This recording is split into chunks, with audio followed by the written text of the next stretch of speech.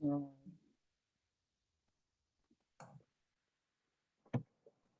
mulai, Bapak, Ibu, dan mahasiswa. Yang terhormat Kepala Kesbangpol, Bapak Dr. Haji Muhammad Budi Alimuddin MSI. Yang kami hormati Ketua STKIP Muhammadiyah Kuningan, Bapak Nanan Abdul Manan MPD. Yang kami hormati Ketua KPU Kuningan, Pak Asep Jat Fauji SPDI. Biasa saya menyapanya dengan Kang Aspa gitu ya.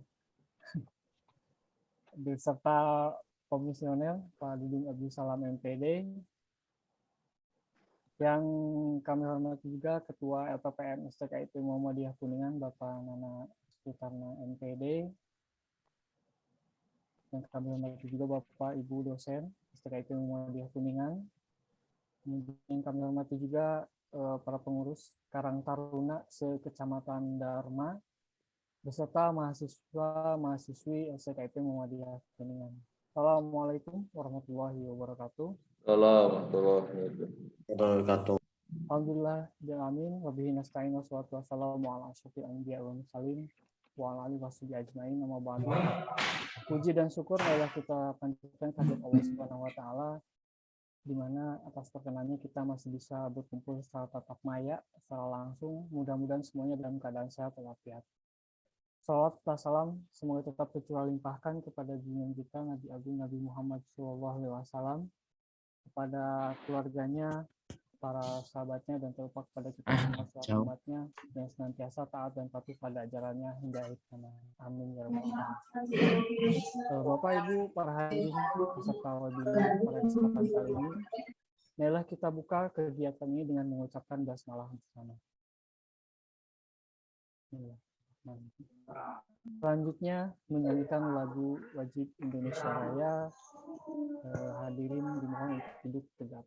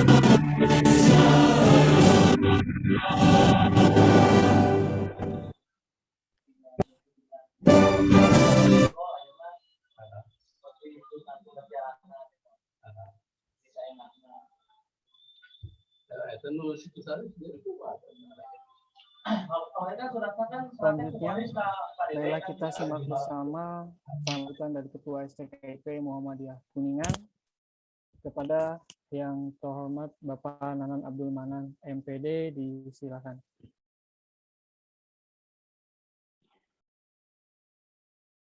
Suara saya terdengar? Terdengar, Pak. Benar, Pak. Assalamualaikum warahmatullahi wabarakatuh. Warahmatullahi wabarakatuh. Alhamdulillahilladzi hadana li hada wa ma kunna linahtadiya laula an hadanallah. Asyhadu an la ilaha illallah wahdahu la syarikalah la nabiyya ba'da. Allahumma shalli ala Muhammad wa ala ali Muhammad. Yang kita hormati bersama di sini sudah hadir Pak Ketua KPU Kabupaten Kuningan, Pak Asep Z Fauji SPDI. Wilujeng Sumping Pak Ketua. Salam hormat. Wilujeng Sumping. Siap, Pak Siap. Ketua yang keren. Ya, siap. Jangan lupa ngopi ya. Oh, selalu. Yang saya hormati pula juga ini untuk yang kedua kalinya.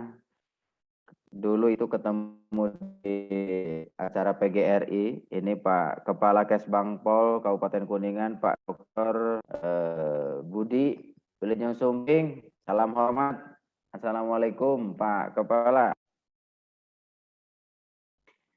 Yang saya hormati pula Ketua LPM TKIP Muhammadiyah Kuningan, Pak Nana. Di sini juga Pak Komisioner hadir, Pak Dudung, jajaran dosen STKIP Muhammadiyah Kuningan, Wakil Ketua 1, Ketua 2, para Ketua Prodi, Ketua Lembaga, Kepala Bagian. Dan yang lupa pula anak-anakku sekalian yang sedang melaksanakan KKN. Saya menyapa dulu ini Ananda, anak-anakku sekalian. Kumaha Dararamang? Sampurasun. Sampai. Iya. Gimana? Bisa makan enggak di sana? Ananda semuanya? Bisa, Pak. Bisa, Pak. Bagus ya. Ih, tutup nih. Duitnya masih ada ya, duitnya. Kosong, Pak. Ya. Kalau duitnya kosong nanti ketua LPPM disuruh sama yang ngisi ya, gitu ya. Alhamdulillah wa syukrulillah wa nikmatillah. Yang penting pada kesempatan ini kita semua diberikan kesehatan oleh Allah Subhanahu wa taala, dan tentunya pada momentum yang luar biasa ini, pada webinar kali ini kita dihadiri oleh dua narasumber yang luar biasa, expert di bidang ini. Kita dalam kesempatan ini tema besar kita itu pentingnya demokrasi, pemilu, pemilihan dan partisipasi. Saya kira ini sangat strategis untuk dipahami oleh semua mahasiswa sebagai generasi Z, generasi nanti kesananya alpha, beta. Tentu ini ada satu kekhawatiran bagaimana prosperasi ini diabaikan karena mereka sudah sibuk dengan dunianya sendiri yang seakan-akan memang itu apa, kalau istilahnya para ahli sosial itu adalah akan terjadi decoupling relationship. Bagaimana hubungan itu ini bisa terlepas begitu saja kalau misalnya tidak kita ikat dalam satu wawasan kebangsaan, bagaimana juga wawasan sosial. Sebagai mahasiswa senantiasa konsen dalam urusan-urusan sosial sebagai agent of social control dan lain sebagainya. Oleh karenanya kepada anak-anak sekalian, silakan mengikuti secara seksama paparan materi yang akan disampaikan oleh para narasumber yang luar biasa ini sebagai bekal anda semua untuk bisa berkiprah di masyarakat. Bapak sering menyampaikan bahwa orang yang hebat adalah bukan orang yang memiliki kecukupan duit di rekeningnya, punya mobil yang bagus, punya rumah yang keren dan lain sebagainya, jabatan yang luar biasa. Tapi kata Ustadz Al-Mukarram Kiai Haji Asep Z Fauji, Ketua KPU kita adalah khairun nas anfa'uhum linnas, begitu ya. Jadi adanya kita itu dirasakan kebermanfaatannya bagi masyarakat sekitar ataupun semesta, begitu ya. Mudah-mudahan anda semua ini menjadi anak soleh solehah ya, doakan semua dan bisa menyerap ilmu yang hari ini akan didapatkan. Hatur nuhun dengan segala hormat kepada kepala Kesbangpol dan Ketua KPU, mohon untuk bisa memberikan provokasi keilmuan agar memajukan wawasan tentang materi ini. Itu saja yang dapat saya sampaikan. Dengan ucapan bismillah bersama-sama, mari kita buka acara yang luar biasa ini. Bismillahirrahmanirrahim. Nasrun minallah wa fatun qarib wa basyiril mu'minin. Assalamualaikum warahmatullahi wabarakatuh. Waalaikumsalam. Waalaikumsalam. Assalamualaikum warahmatullahi wabarakatuh. Terima kasih disampaikan. Baiklah, Bapak Ibu, para mahasiswa dan hadirin semuanya yang kami banggakan.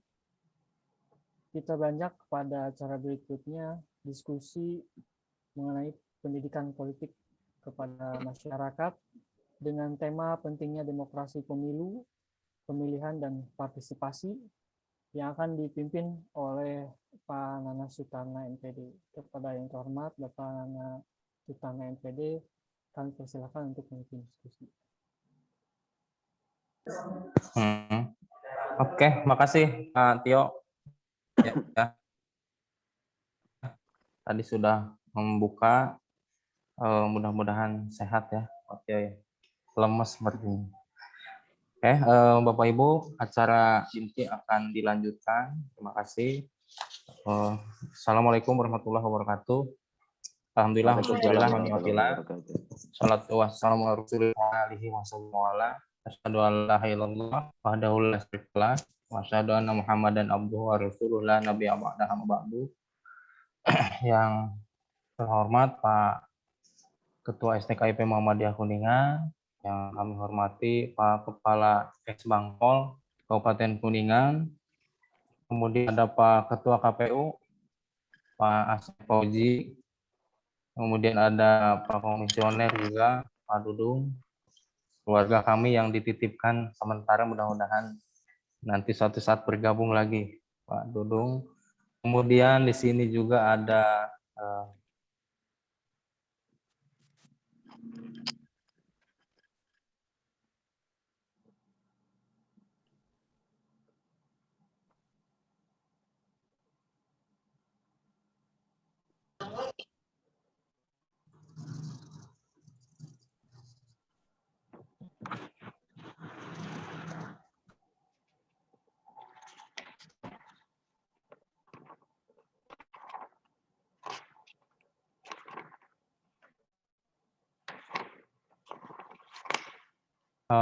mohon maaf, berarti masalah sinyal bukan hanya di daerahnya. Ternyata di sini juga ada masalah sinyal. Oke, selanjutnya yang kami hormati juga ada perwakilan dari Karang Taruna 12 desa tempat KKN di Kecamatan.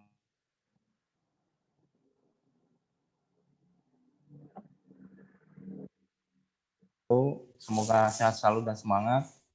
Puji syukur kemarin kita panjatkan kehadirat Allah Subhanahu wa taala. Alhamdulillah di masa PPKM level berapa ini? Level 4 kita dapat bersilaturahim meskipun lewat Zoom, webinar, tapi dalam keafian. Salat serta salam semoga tetap tercurah limpahkan kepada junjungan kita Nabi wa Nabi Muhammad SAW, pada keluarganya, para sahabatnya, mudah-mudahan kelak kita termasuk dalam golongan umatnya yang mendapat syafaat darinya. Oke, Bapak Ibu dan saudara semua, pada acara inti yang akan kita laksanakan, ada dua materi utama yang akan diberikan oleh Pak Ketua KPU Pak Asep Fauzi, dan juga materi kedua akan disampaikan oleh Kepala Eksbangpol. Suara saya terdengar nggak, Pak? Ada nggak?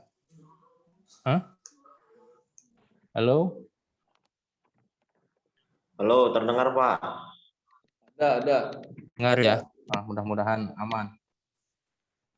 Nah, tapi sebelum materi pertama, kita berikan kesempatan kepada Pak Komisioner, Pak Dudung Abdul Salam MPD. Beliau adalah Ketua Divisi Sosdikli dan Parmas KPU Kabupaten Kuningan. Selain itu, beliau juga sebelum di KPU, beliau adalah dosen STKIP Muhammadiyah, Kaprodi PGSD juga, keluarga kita semua, tidak asing lagi bagi kami di STKIP. Maka dari itu kepada Pak Dudung Abdul Salam, Mohon untuk memberikan pengantar. Silakan Pak Guru.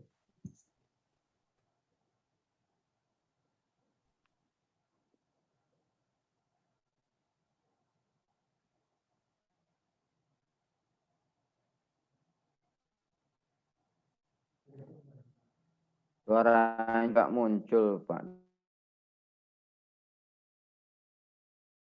Pak Dudung. Diam saja ini.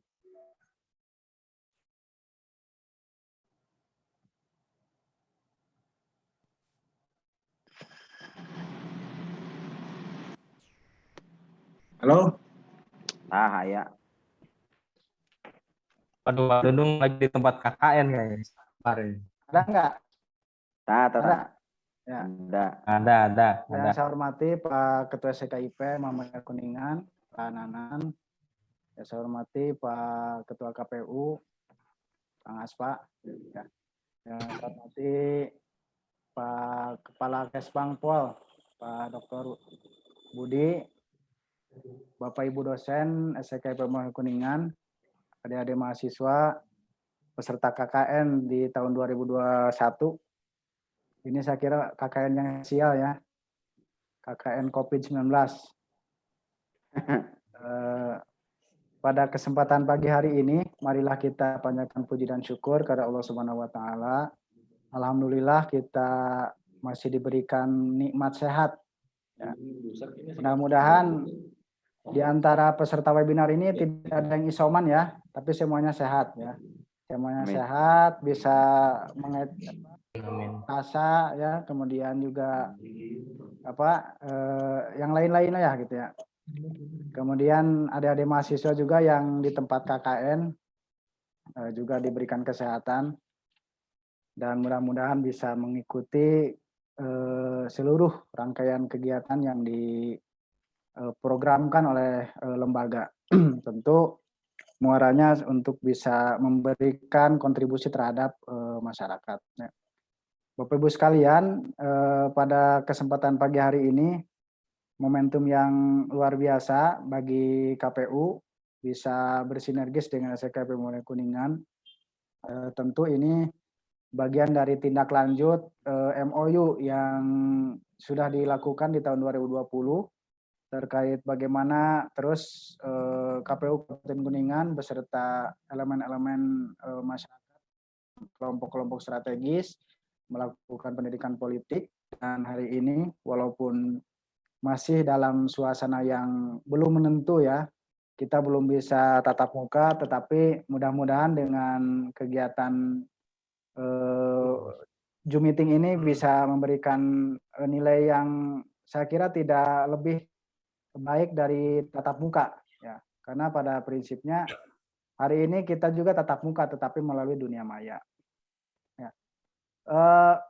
Dalam kesempatan pagi hari ini KPU Kabupaten Kuningan melakukan kegiatan yang bertajuk PPKM ya.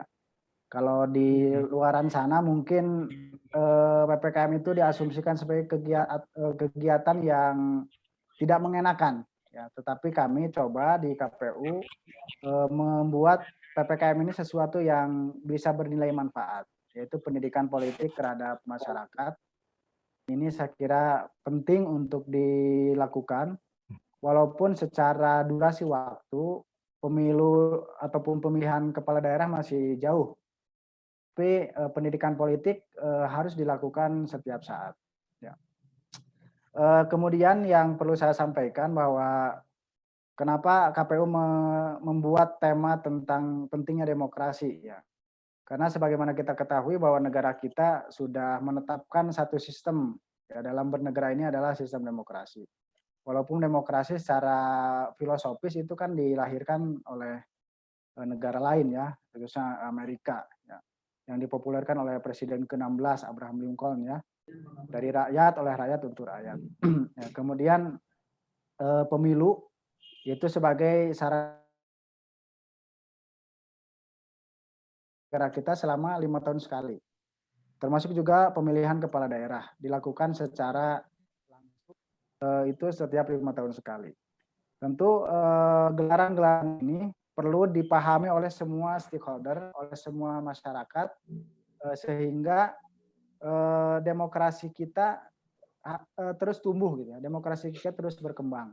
Demokrasi kita terus dirasakan kemanfaatannya oleh seluruh rakyat, oleh seluruh masyarakat, oleh seluruh rakyat, oleh seluruh pemangku kepentingan ya. Karena demokrasi gelaran 5 tahun ini bukan hanya sarana mencoblos ya di bilik suara, tetapi bagaimana menentukan arah pembangunan bangsa 5 tahun ke depan. Kalau kita salah dalam menentukan calon pemimpin ataupun apa yang kita pilih, tentu akan ada dampak ya 5 tahun ke depan yang dirasakan oleh seluruh masyarakat. Kemudian yang terakhir, kenapa partisipasi diangkat dalam diskusi ini? Tentu partisipasi ini sebagai indikator ya, walaupun bukan satu-satunya indikator. Bagaimana pemilihan ini dianggap berhasil ya kalau itu ditandai dengan bagaimana tingkat partisipasinya, bagaimana tingkat keterlibatan masyarakat dalam pemilihan itu. Dan ini saya kira penting ke depan di Kabupaten Kuningan khususnya naik ya, terus bertambah. Dan saya kira elemen mahasiswa ini sangat memiliki peran ya. Karena mahasiswa ini sebagai kelompok yang terbatas dan memiliki karakteristik ya yang luar biasa di mata masyarakat. Kalau dulu saya kuliah, mahasiswa ini disebut agent of change, agent of social control, agent of intelektual dan seterusnya. Nah, hari ini saya kira walaupun dalam nuansa PPKM, nuansa dalam kegiatan KKM ini, teman-teman, adik-adik tidak henti-hentinya untuk terus mengedukasi masyarakat di tempat KKM kita, bagaimana lebih memiliki pemahaman tentang demokrasi dan partisipasi ya, ke depan bisa terus terlibat ya, harus terlibat aktif dalam pemilu. Saya kira itu yang bisa saya sampaikan, dan kepada narasumber yang keren-keren, Pak Ketua dan Kepala Kesbangpol, mohon untuk memberikan pencerahan dan ilmu-ilmunya ataupun wawasannya terhadap peserta ini, supaya nanti KKN ini lebih bermakna ya, KKN ini lebih memiliki nilai manfaat yang baik terhadap masyarakat. Saya kira itu yang bisa saya sampaikan. Terima kasih. Wassalamualaikum warahmatullahi wabarakatuh. Waalaikumsalam warahmatullahi wabarakatuh. Waalaikumsalam warahmatullahi wabarakatuh. Terima kasih Pak Dudung, Pak Komisioner atas pengantarnya. Selanjutnya langsung saja ke materi pertama, akan disampaikan oleh Pak Ketua KPU, Pak Asep Z. Pauji, SPDI. Nah, sebelum itu barangkali ada beberapa rekan-rekan yang belum kenal Pak Asep Pauji. Ini sudah 2 periode di KPU. Untuk periode pertama di tahun 2013 sampai 2018 sebagai anggota KPU. Nah, selanjutnya di periode kedua tanggal 2018 sampai 2023. Dan beliau saat ini menjabat sebagai Ketua KPU. Nah, beliau lahir di Kuningan tanggal 23 Juni, mohon maaf, tahun 1977, dan berasal dari Desa Kutaraja, Maleber, pada daerah teman-teman barangkali yang ada di daerah Kutaraja, Maleber sekitarnya. Nah, satu daerah ternyata dengan Pak Ketua KPU. Untuk pendidikan, Madrasah Ibtidaiyah Kutaraja, kemudian MTS Negeri Maleber, dan Aliyah Mancigugur ya. Selanjutnya beliau S1 di UIN Sunan Jati Bandung dan lulus tahun 2003. Kalau melihat dari perjalanan organisasi, luar biasa, beliau sangat aktif di berbagai organisasi dari mulai saat masih menjadi mahasiswa di KMK, Keluarga Mahasiswa Kuningan Bandung, kemudian juga aktif di BEM, kemudian di Himpunan Mahasiswa Kuningan Indonesia, kemudian di PMI, GP Ansor, dan yang baru beliau aktif di DPN Kuningan. dan mulai tahun 2008 sampai 2017. Moto hidupnya pohon tumbuh tidak tergesa-gesa. Jadi itu beberapa hal yang disampaikan mengenai biodata Pak Ketua KPU, Pak Asep Fauzi. Nah, untuk mempersingkat waktu, beliau sudah membuka ini slide-nya mengenai pentingnya demokrasi pemilu atau pemilihan partisipasi masyarakat. Pada yang kami hormati Pak Ketua KPU, Pak Asep Fauzi, dipersilakan. Turnuhun Pak Moderator. Suara saya bisa terdengar ya? Jelas? Aman Pak, alhamdulillah jelas. Ya, mohon maaf kalau kurang halimpu Pak Dr. Nanan ini suara saya. Karena bukan vokalis seperti Pak Dudung. Halimpu. Assalamualaikum warahmatullahi wabarakatuh. Waalaikumsalam warahmatullahi Wabarakatuh. Alhamdulillah amma ba'du. Yang saya hormati, yang saya banggakan, guru, sahabat, teman, Pak Dr. Nanan Abdul Manan. Ya, mudah-mudahan secepatnya ditambah 2 huruf KH ya, jadi Dr. Kiai Haji Nanan Abdul Manan. Ya paling tidak honoris causa lah. Iya, Beliau saat ini sedang menjalankan amanah sebagai Ketua STKIP Muhammadiyah Kuningan. Yang saya hormati Kepala Badan Kesbangpol, mitra kami ya, sebagai lembaga penyelenggara pemilu, terutama di tingkat daerah, karena Kesbangpol itu salah satu SKPD yang sangat concern terhadap kegiatan-kegiatan edukasi, terutama mengedukasi masyarakat dalam konteks memperkuat budaya atau nilai-nilai demokrasi. Yang saya hormati Pak Dudung Abdul Salam, anggota KPU Kabupaten Kuningan, Ketua Divisi Sumber Daya Manusia, Sosialisasi Pendidikan Pemilih dan Partisipasi Masyarakat. Yang saya hormati para pimpinan di kampus STKIP, Ketua 1, Ketua 2, para Kaprodi, Ketua LPM, dosen-dosen, para mahasiswa, dan seluruh sivitas akademika yang berkenan hadir dalam diskusi kali ini. Wabil khusus yang saya cintai, saya banggakan, kawan-kawan, teman-teman, sahabat-sahabat, mahasiswa, mahasiswi yang saat ini sedang menjalani proses pengabdian ya, sebagai wujud atau implementasi dari Tridharma Perguruan Tinggi. Juga yang saya hormati tokoh pemuda, tokoh masyarakat yang ada di wilayah Kecamatan Dharma yang kebetulan saat ini sedang menjadi tuan rumah untuk pelaksanaan kegiatan kuliah kerja nyata atau PKN dari STKIP Muhammadiyah Kuningan. Saya mendapatkan tugas, ya, mendapatkan perintah ini dari Ketua Divisi SDM Parmas KPU Kabupaten Kuningan, ya, meneruskan permohonan dari pihak kampus STKIP untuk menyampaikan materi yang cukup penting sekaligus berat buat saya sebetulnya. Meskipun sehari-hari sudah terbiasa ngomongin demokrasi, pemilu, pemilihan, partisipasi masyarakat, tetapi pada wilayah-wilayah substantif memang persoalan ini cukup menjadi PR kita hari ini. Ya, Bapak Ibu sekalian, para mahasiswa, teman-teman, paling tidak ada beberapa topik materi yang mungkin nanti akan coba saya share ya sebagai bahan diskusi kita semuanya.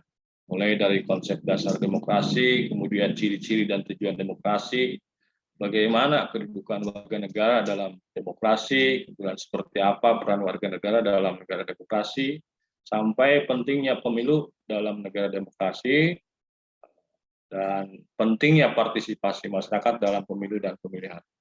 Istilah pemilu sudah tidak asing buat kita semuanya, ya, yaitu kontestasi atau kompetisi dalam rangka memperebutkan kursi presiden dan wakil presiden sampai kursi di lembaga parlemen. Ya, seperti yang kita sama-sama rasakan pada tanggal 9 April 2019 yang lalu. Nah, apa yang disebut pemilihan? Nah, pemilihan ini istilah yang baku sebetulnya sesuai dengan nomenklatur ketentuan peraturan perundang-undangan untuk menyebut ya penyelenggaraan pemilihan kepala daerah. Ya, jadi istilah pemilihan kepala daerah ini istilah bakunya sebetulnya pemilihan. Ya, tapi kita seringkali menyebutnya pilkada. Oke, sebelum dilanjut, mohon konfirmasi dulu ke moderator ini sampai berapa menit ya untuk saya. Khawatir nanti 14. Kalau di Rondon 45 menit, Pak KPU. Tapi nanti kan barangkali teman-teman peserta bisa bertanya lewat chat ya, chat di Zoom, silahkan nanti kami berikan porsi untuk diskusi. Gitu. Ya. Oke, terima kasih. Mudah-mudahan tidak korupsi waktu nih saya. Aman. Pertama-tama paling tidak coba kita identifikasi dulu berbagai problematika yang terjadi dalam konteks berdemokrasi kita hari ini. Ya, ada beberapa persoalan ini sifatnya opsional. Ya, bisa jadi lebih banyak, ya bisa jadi lebih banyak. Ini hanya sebagiannya saja. Apa problem demokrasi kita hari ini? Antara lain absennya masyarakat sipil yang kritis kepada kekuasaan. Ini juga menjadi problem, apalagi tradisi demokrasi kita akhir-akhir ini cenderung pis-apis antara hitam dan putih, terutama pasca pemilihan presiden kemarin. Ada yang kritis tetapi tidak konstruktif, ya. Ada juga kelompok pembela tetapi tidak sehat. Nah, konteks kritis ini paling tidak kita bisa berkaca pada teori kesadaran yang digagas oleh Paulo Freire misalnya. Ada 3 fase kesadaran, ya, dari mulai kesadaran medis, kesadaran naif, sampai kesadaran kritis. Nah, konteks kritis di sini adalah kelompok masyarakat sipil yang mengetahui berbagai penyebab problematika sosial yang terjadi di lingkungan kita hari ini, sekaligus juga mengetahui bagaimana cara penanganannya untuk kemudian disampaikan kepada pihak pemangku kepentingan atau pemegang kebijakan, dalam hal ini pemerintahan. Ya, tentu model kritis yang transformatif atau yang membangun. Kemudian di luar itu juga fenomena buruknya kaderisasi di partai politik juga menjadi problem demokrasi. Ya, karena proses kaderisasi partai politik yang mandek atau stagnan biasanya akan menciptakan status quo di lingkungan partai politik. Nah, sementara tradisi status quo itu sendiri sebetulnya sangat kontraproduktif dengan semangat demokrasi, seperti itu. Nah, tentu hal yang menjadi ironi kalau praktek di lembaga yang notabene harusnya demokratis justru tidak menjunjung tinggi nilai demokrasi. Oleh karena itu, buruknya kaderisasi partai politik ini bisa menjadi problem tersendiri dalam dunia demokrasi, dan ini harus menjadi bahan otokritik bagi teman-teman kita yang ada di partai politik. Lalu kemudian hilangnya peran substantif oposisi, ini juga problem, ya. Nah, karena masyarakat kita hari ini relatif kritis, tetapi itu tadi problemnya tidak dalam konteks kritis transformatif, sehingga peran dan fungsi sebagai oposisi juga tidak diambil secara strategis, terutama untuk kelompok-kelompok di level lembaga formil dalam konteks politik seperti partai politik. Ya, terlebih banyak parpol yang semula misalnya sebetulnya sangat potensial untuk menjadi oposisi, tetapi kemudian tercerabut dari akar posisinya dan lebih mengambil peran di dalam pemerintahan. Kemudian masifnya politik uang dalam pemilu, ini juga problem, ya, praktek politik dan lain-lain. Money politik itu dalam konteks mempengaruhi pemilih dengan iming-iming, ya, dengan amang-amang dan lain-lain, janji-janji dan lain-lain, bukan dalam konteks kos politiknya. Kalau kos politik saya kira itu operasional. Tetapi kemudian kalau suara pemilih digadaikan dengan materi, ya itulah yang kemudian merusak nilai demokrasi. Lalu merebaknya hoax dan hate speech, ya, atau ujaran kebencian. Berita-berita bohong belakangan sangat masif, terutama dalam setiap pemilu dan pemilihan. Dan kita juga patut menduga bahwa setiap kabar bohong yang beredar, terutama di medsos juga, bisa jadi itu didesain, ada teamwork-nya dan lain-lain. Sehingga kita bisa, kalau saya seringkali menyebut hoax ini adalah informasi yang diproduksi oleh orang-orang cerdas tapi jahat. Lalu kemudian diterima, dikonsumsi, dan dibagi-bagikan oleh orang-orang baik tetapi bodoh. Pertanyaannya, apakah kita seringkali terjebak oleh berita-berita hoax lalu mengkonsumsi, tidak ada tradisi literasinya, tidak dikaji, tidak ada tabayun, dan lain-lain, lalu serta-merta membagi-bagikan. Jangan-jangan kita menjadi bagian orang-orang yang baik tetapi bodoh itu. Ya, kemudian rendahnya keadaban politik warga terkait dengan pelanggaran HAM di masa lalu yang belum tuntas, kebebasan media dan kebebasan berkumpul dan berserikat yang cenderung bablas, lalu masalah intoleransi ya terhadap kelompok-kelompok minoritas. Itu antara lain, ya, antara lain.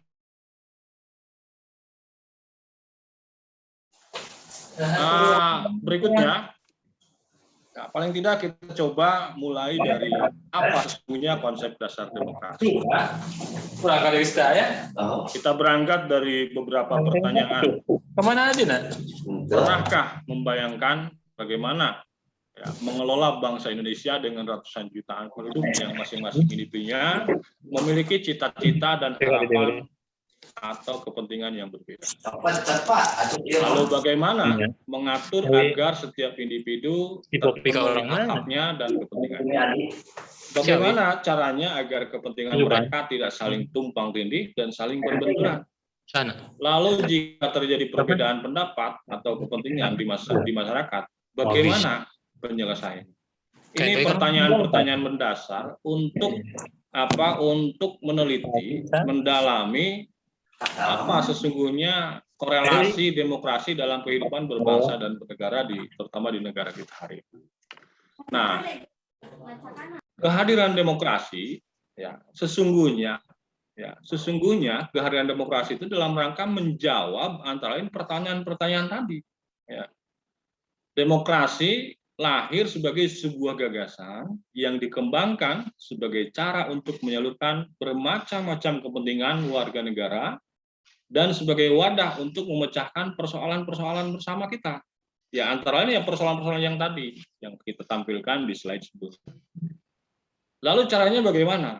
Ya, caranya yaitu dengan menitipkan beragam kepentingan atau aspirasi kepada individu-individu yang diyakini, ya, atau yang kita yakini bisa amanah, bisa dipercaya untuk mewakili pendapat atau kepentingan masyarakat.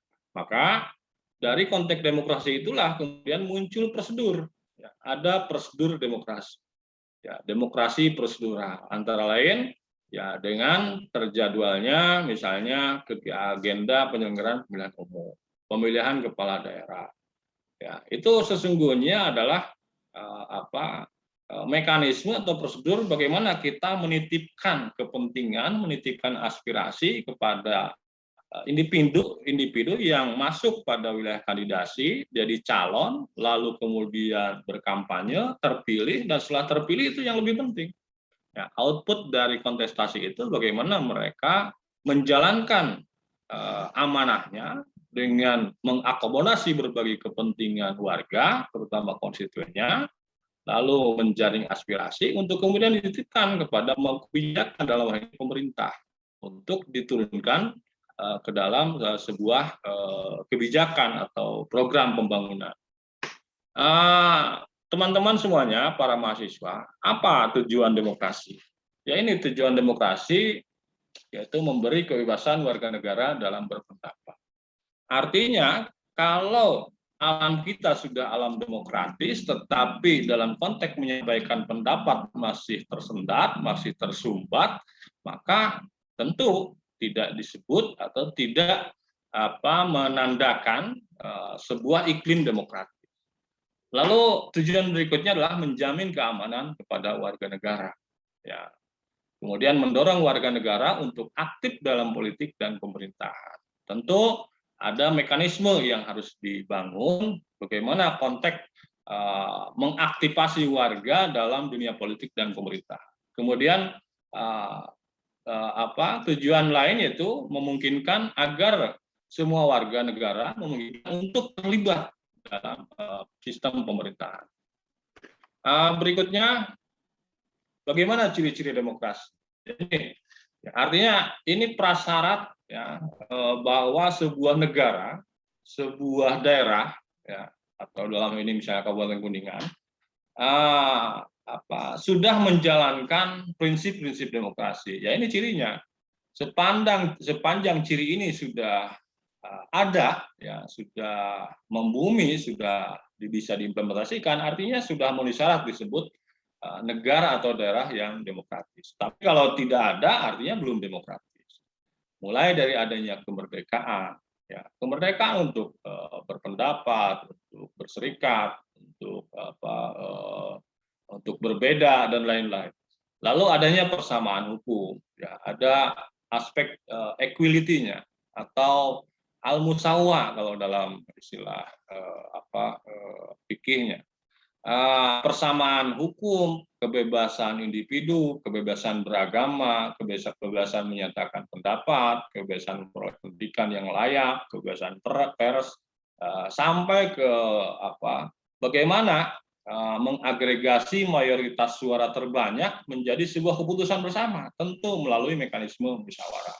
Nah, ini ciri-ciri demokrasi. Kemudian berikutnya, mengapa harus demokrasi? Ya, ini juga pertanyaan mendasar sebetulnya, karena dalam konteks menjalankan kehidupan berbangsa dan bernegara, demokrasi tidak menjadi satu-satunya mekanisme, satu-satunya sistem. Itu soal pilihan saja. Karena faktanya meskipun negara-negara di dunia mayoritas sudah menjalankan prinsip demokrasi, masih ada di antaranya yang tidak menjalankan prinsip demokrasi. Tidak ada pemilihan presiden, tidak ada pemilu, ya, tidak ada kebebasan berpendapat, bahkan sepanjang hidupnya terus berkonflik, berperang dan lain-lain. Bagaimana menunjuk pemimpin? Ya, di Indonesia sekalipun ada kepala daerah yang proses pergantiannya tidak melalui mekanisme yang demokratis sesungguhnya, ya masih menggunakan sistem monarki seperti atau dinasti, ya sistem dinasti seperti di provinsi Yogyakarta tidak ada pemilihan gubernur, ya mekanisme pemilihannya yang melalui penunjukan, masih sistem dinasti. Tetapi ya sepanjang masyarakatnya, ya warganya menghendaki seperti itu, ya tidak soal.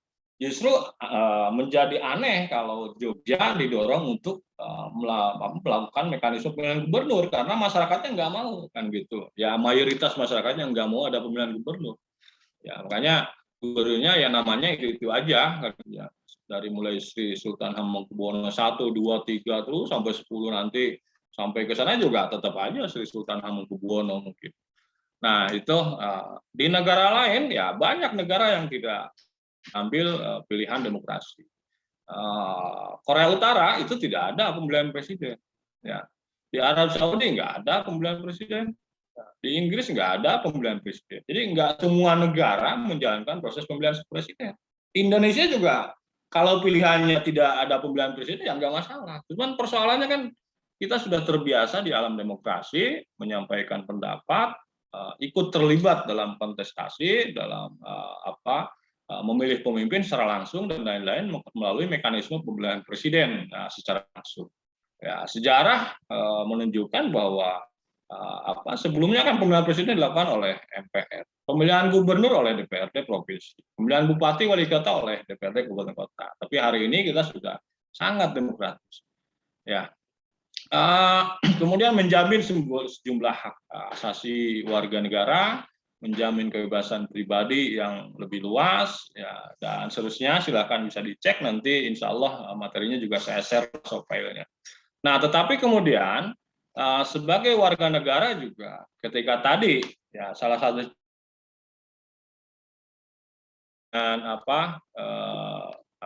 dengan adanya prinsip kemerdekaan, tetapi kemerdekaan kita juga dibatasi oleh kemerdekaan orang lain sesungguhnya.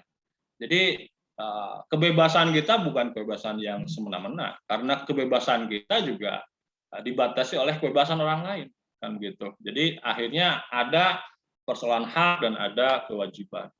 Nah, berikutnya bagaimana kedudukan warga negara dalam demokrasi? Ya, tentu ini sudah jelas tertuang secara tekstual, secara eksplisit ya dalam naskah Undang-Undang Dasar 1945 bahwa kedudukan warga negara dalam demokrasi ya sama, seimbang, ya, tidak ada perbedaan, tidak ada kesenjangan, tidak ada dominasi, kan, ya, tidak ada kelompok masyarakat yang tertindas, ya itu tujuan demokrasi seperti itu. Nah, tanpa ada perbedaan, diskriminasi berdasarkan suku, ras, agama, hingga golongan. Persamaan kedudukan tersebut kemudian diatur dalam sebuah peraturan agar hak dan kewajiban seorang warga negara tidak bersifat absolut, ya, tidak bersifat mutlak, atau istilah ininya tidak bersifat qot'i lah, kan gitu ya. Nah, jadi itu tadi yang saya sebutkan, kebebasan kita dibatasi oleh kebebasan orang lain. Kemerdekaan kita dibatasi oleh kemerdekaan orang lain. Ya. Baik, selanjutnya, bagaimana peran warga negara ya, dalam berdemokrasi? Ada sebetulnya berbagai peran yang hari ini bisa kita cek di lapangan. Ya, tentu perannya berbeda-beda. Ada kelompok masyarakat yang memiliki peran aktif dalam sistem atau dalam berbudaya demokrasi ini. Ada masyarakat yang perannya pasif, ada yang positif, ada yang negatif.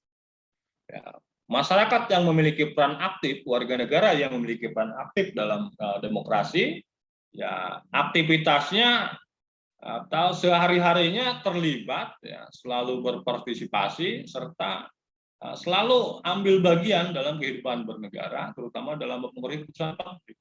Nah, ini paling tidak ditandai oleh kelompok masyarakat yang misalnya senang berorganisasi, aktif berserikat.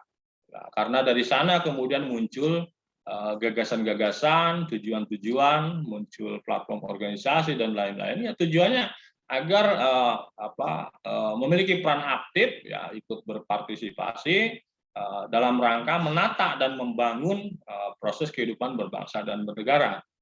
Ada yang pasif, ya. Yang pasif itu ya tidak ada aktivitas seperti yang aktif tadi, tetapi sikapnya menunjukkan kepatuhan terhadap semua peraturan perundang-undangan yang berlaku. Artinya dia tidak memiliki peran struktural, tidak terorganisir, ya hanya masyarakat biasa, tetapi bisa menyesuaikan dengan sistem dan mekanisme yang ada sampai ke peran positif dan negatif. Oke, selanjutnya apa pentingnya pemilu di negara demokrasi, kan gitu ya. Nah, kita bisa cek apa sesungguhnya pemilihan umum. Pemilu itu memberikan kesempatan bagi setiap warga negara yang telah memenuhi syarat untuk menggunakan hak politiknya. Ya, kita tahu bahwa syarat menjadi pemilih itu diantaranya ya harus pemilih Indonesia, ya harus berstatus sebagai warga negara Indonesia. Tetapi tidak semua WNI juga memiliki hak, dibatasi oleh hal-hal yang sifatnya administratif, ya soal batasan usia, soal domisilinya di mana, kalau misalnya daerah pemilihan atau pemilihan kepala daerah. Kemudian pemilu juga menjadi sarana terjaminnya pergantian pimpinan secara konstitusional, secara rutin, berkala, dan secara damai. Tadi saya sebutkan bahwa pemilu bukan satu-satunya mekanisme untuk mengganti pemimpin. Ada banyak cara, ya, yang dianut oleh negara-negara di dunia untuk mengganti pemimpin, terutama di level pemimpin nasionalnya atau pemimpin pusatnya lah, presiden atau apa. Nah, tetapi kita sudah sampai hari ini paling tidak meyakini bahwa mekanisme pemilihan umum yang di dalamnya mencakup pilpres, kemudian pileg sampai ke pilkada, ya dengan cara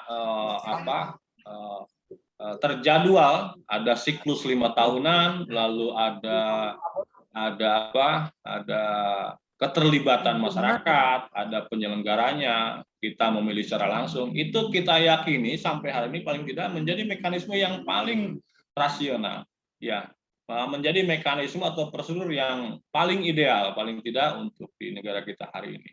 Karena saya yakin kalau kemudian cara-cara mendekati pemimpin dikembalikan ke lembaga perwakilan juga menjadi problem. Terbukti 2014 yang lalu sempat muncul Undang-Undang Nomor 22 kalau tidak salah tahun 2014 yang mereduksi tata cara mekanisme pemilihan langsung. Ya, jadi waktu itu ada perubahan terhadap Undang-Undang Nomor 32 tahun 2004 kalau tidak salah tentang pemerintahan daerah. Nah, undang-undang itu kemudian melahirkan paling tidak 3 undang-undang kan gitu. Ada Undang-Undang Desa Nomor 6 tahun 2014, kemudian Undang-Undang tentang pilkada, ya, lalu Undang-Undang tentang Pemda atau pemerintah daerah. Nah, sempat disepakati di tingkat paripurna DPR RI, ya, mayoritas anggota DPR sepakat mengembalikan mekanisme pemilihan kepala daerah yang tadinya langsung jadi tidak langsung. Tetapi kemudian ternyata muncul reaksi dari publik, dari NGO, dari pegiat demokrasi, dari civil society, dari masyarakat secara mayoritas yang tidak menghendaki mekanisme itu. Lalu kemudian muncullah Perpu Nomor 1 tahun 2014. Ya, saat itu presidennya masih SBY. Ya, mengembalikan kembali mekanisme pemilihan kepala daerah menjadi langsung kan gitu ya. Lalu diundangkan menjadi Undang-Undang Nomor 1 tahun 2015. Nah, itu paling tidak menjadi gambaran dan dirasa konstitusional, ya, pemilihan secara langsung. Kemudian pemilu juga bertujuan untuk meningkatkan kesejahteraan dan kualitas hidup masyarakat. Sudah jelas, ya. Tentu aspek ini menjadi debatable, ya, kadang-kadang menjadi rumit kalau menjadi bahan diskusi karena faktanya banyak publik yang menilai, ya, meskipun ada mekanisme pemilu, pilkada dan lain-lain, problem kesenjangan sosial ini masih terjadi. Ya, taraf kualitas hidup masyarakat juga belum mengalami peningkatan yang signifikan. Nah, ini juga menjadi bahan otokritik untuk kita semuanya. Apa yang menjadi akar persoalannya? Apakah pada soal sistemnya, sistem demokrasinya, tata cara pemilihannya, atau pada persoalan budaya demokrasinya? Kita juga harus mendalami betul bagaimana persoalan pemilu ini sebagai bagian dari implementasi nilai-nilai demokrasi. Apakah pemilu kita masih dalam konteks prosedural atau kemudian sudah masuk pada fase yang substansial? Nah, ini juga menjadi bahan diskusi yang menarik saya kira. Pemilu juga merupakan sarana pengambilan keputusan bersama dalam mencapai tujuan bersama sesuai dengan prinsip-prinsip demokrasi. Ya, saya kira itu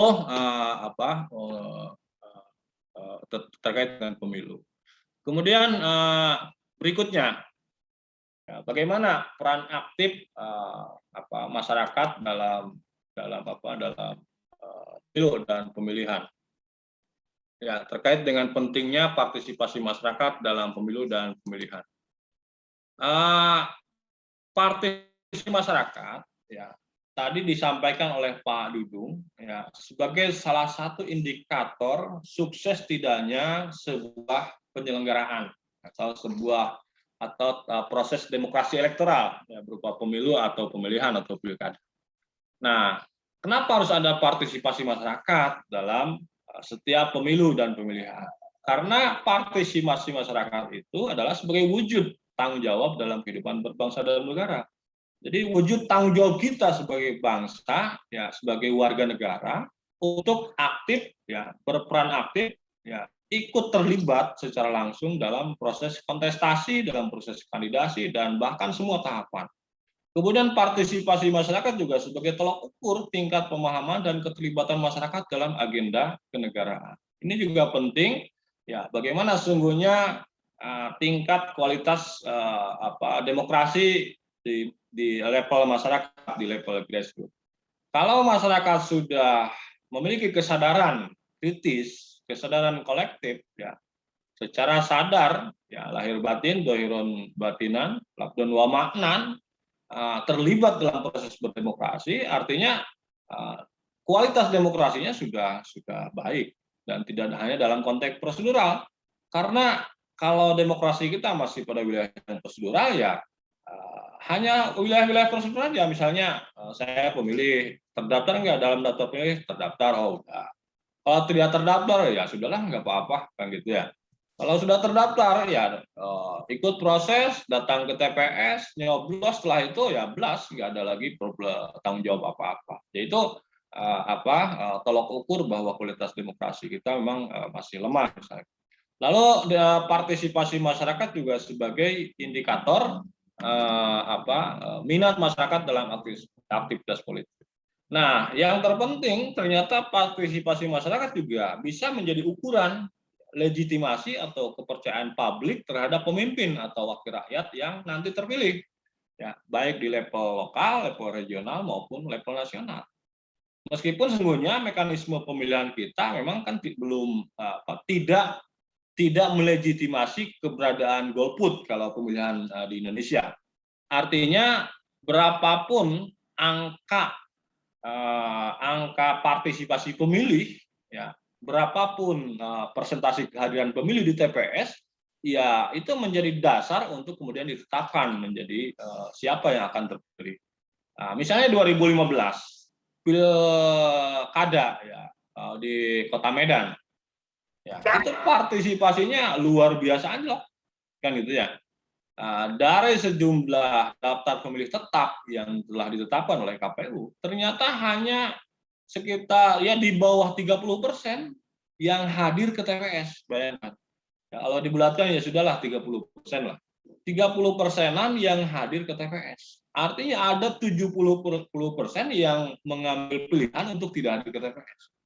Tetapi kemudian karena keberadaan golput ini tidak dilegitimasi, sehingga tetap pemilihan kepala daerah di sana tidak dimenangkan oleh golput, tetap dimenangkan oleh calon yang mendapatkan suara terbanyak dari sejumlah pemilih yang hadir.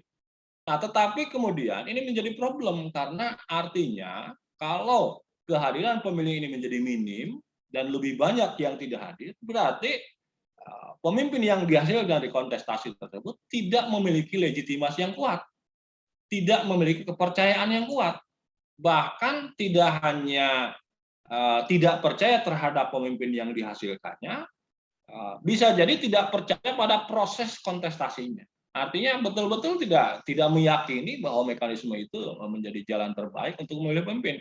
Atau mungkin juga publik sudah merasa jenuh, sudah merasa tidak puas karena terkait dengan preferensi politik yang tidak memadai, tidak ada calon yang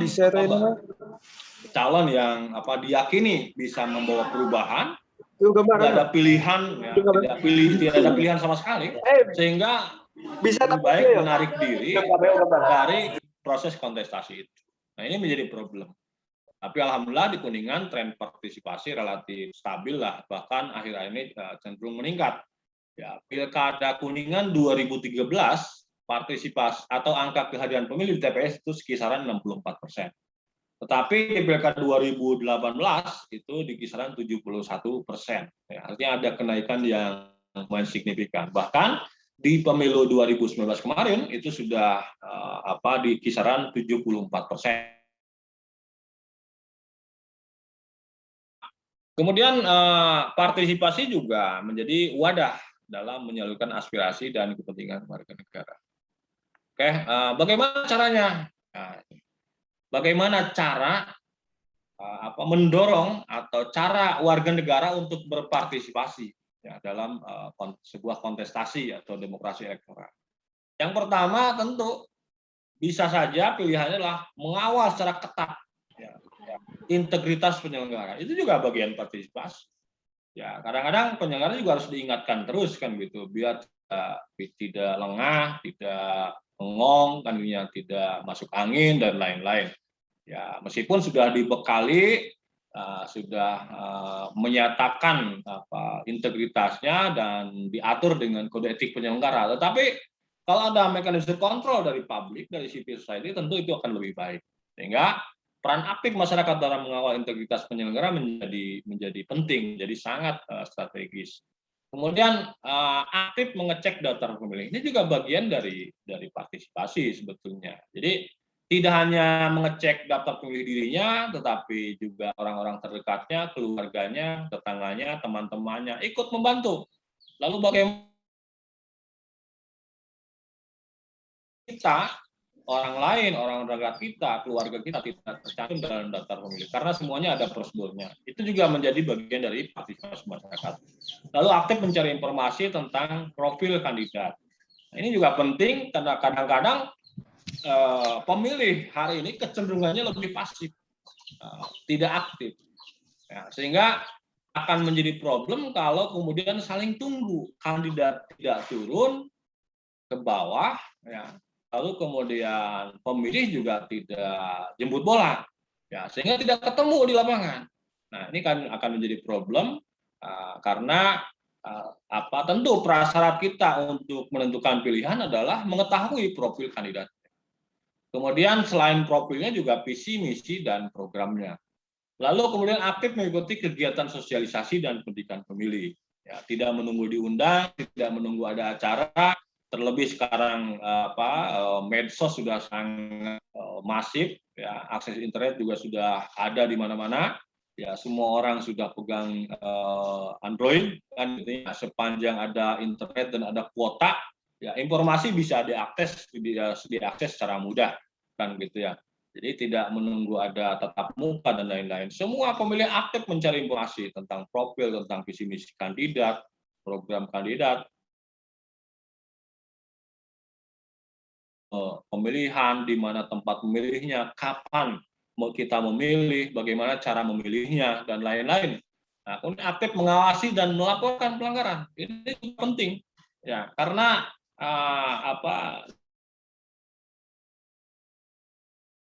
pembulannya masih rendah, ya justru akan kesulitan ya, ketika melakukan proses mendapati sebuah pelanggaran, ya mereka mengira hanya Bawaslu atau pengawas pemilu saja yang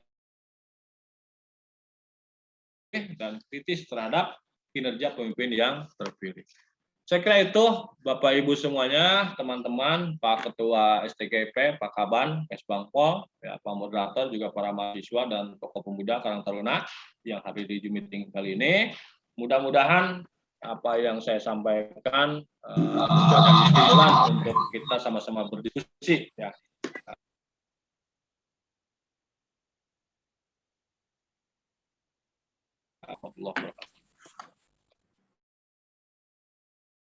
Terima kasih Pak Ketua KPU, tadi pemaparannya sangat jelas ya, terutama kita membahas mengenai polarisasi, kemudian hoax dan hate speech.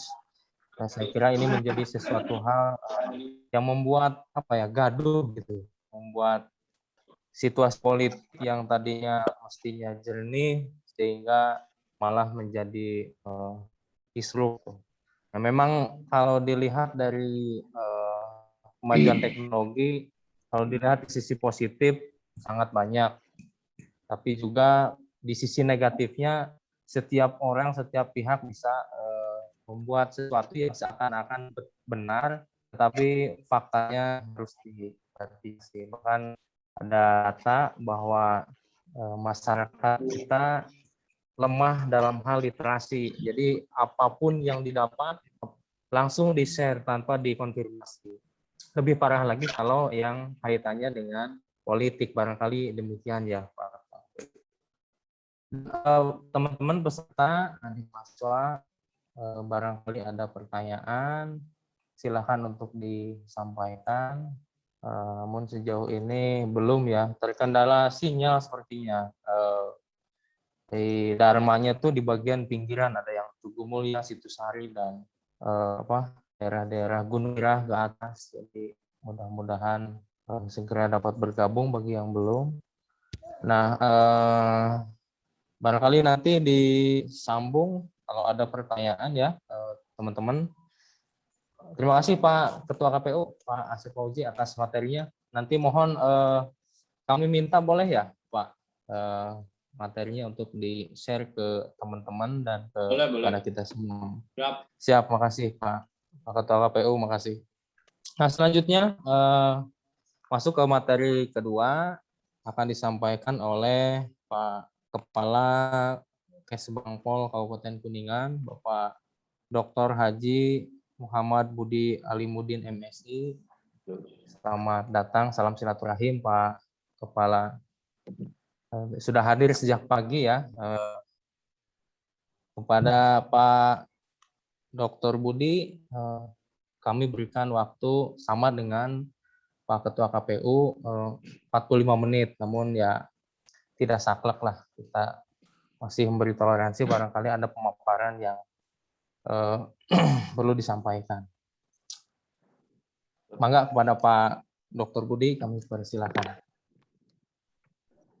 Yang saya ini sambil saya lihat.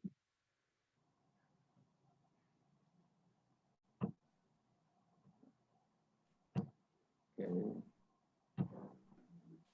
Mohon maaf sebentar ya. Ya udah ya.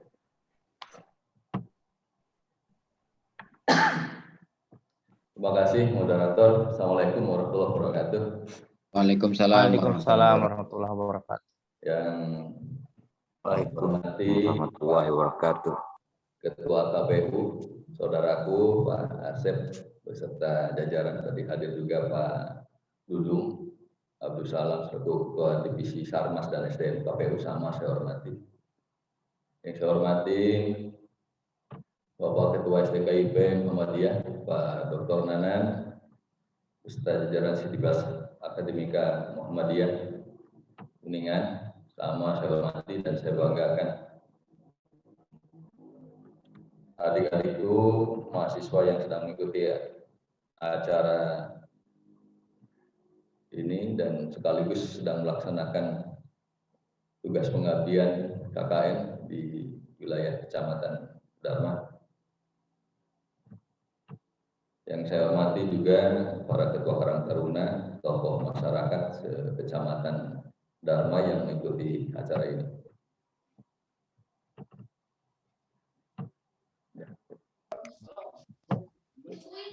Kepada yang saya hormati,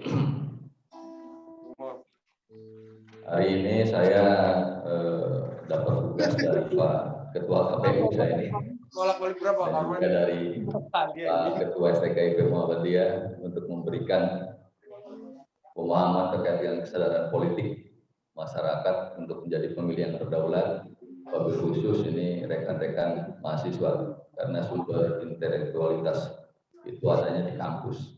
Peran serta rekan-rekan muda sangat diharapkan dalam perkembangan politik Indonesia ke depan. Apalagi 2024 kita sedang menghadapi pilkada, pilpres, pileg.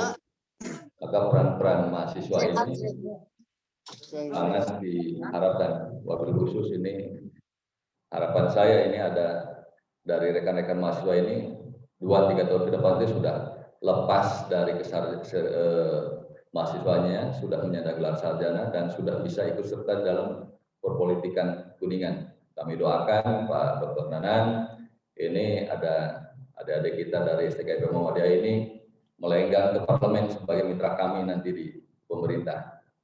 Amin.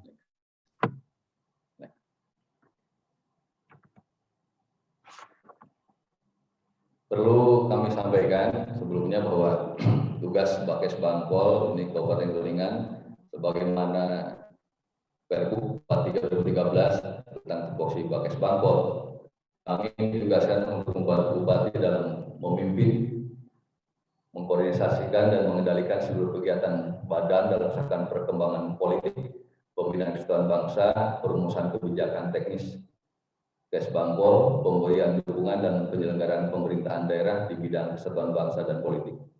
meliputi kesekretariatan, bidang ketahanan bangsa, politik, dalam negeri, dan organisasi kemasyarakatan, serta kewaspadaan daerah. Bapak dan Ibu yang kami hormati,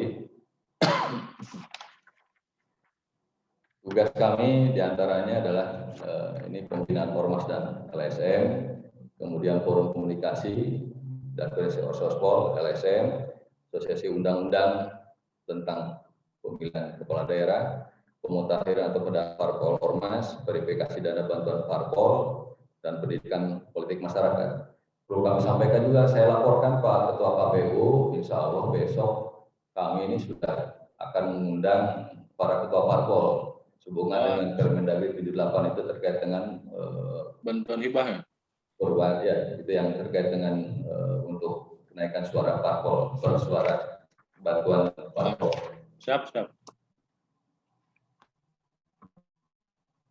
Membangun kesadaran politik masyarakat agar menjadi pemilih yang berdaulat. Ini Indonesia negara yang mengandung sistem demokrasi. Salah satu ciri negara demokrasi adalah adanya pemilu. Pelaksanaan pemilu diatur dalam Undang-Undang 7 2017 tentang pemilu.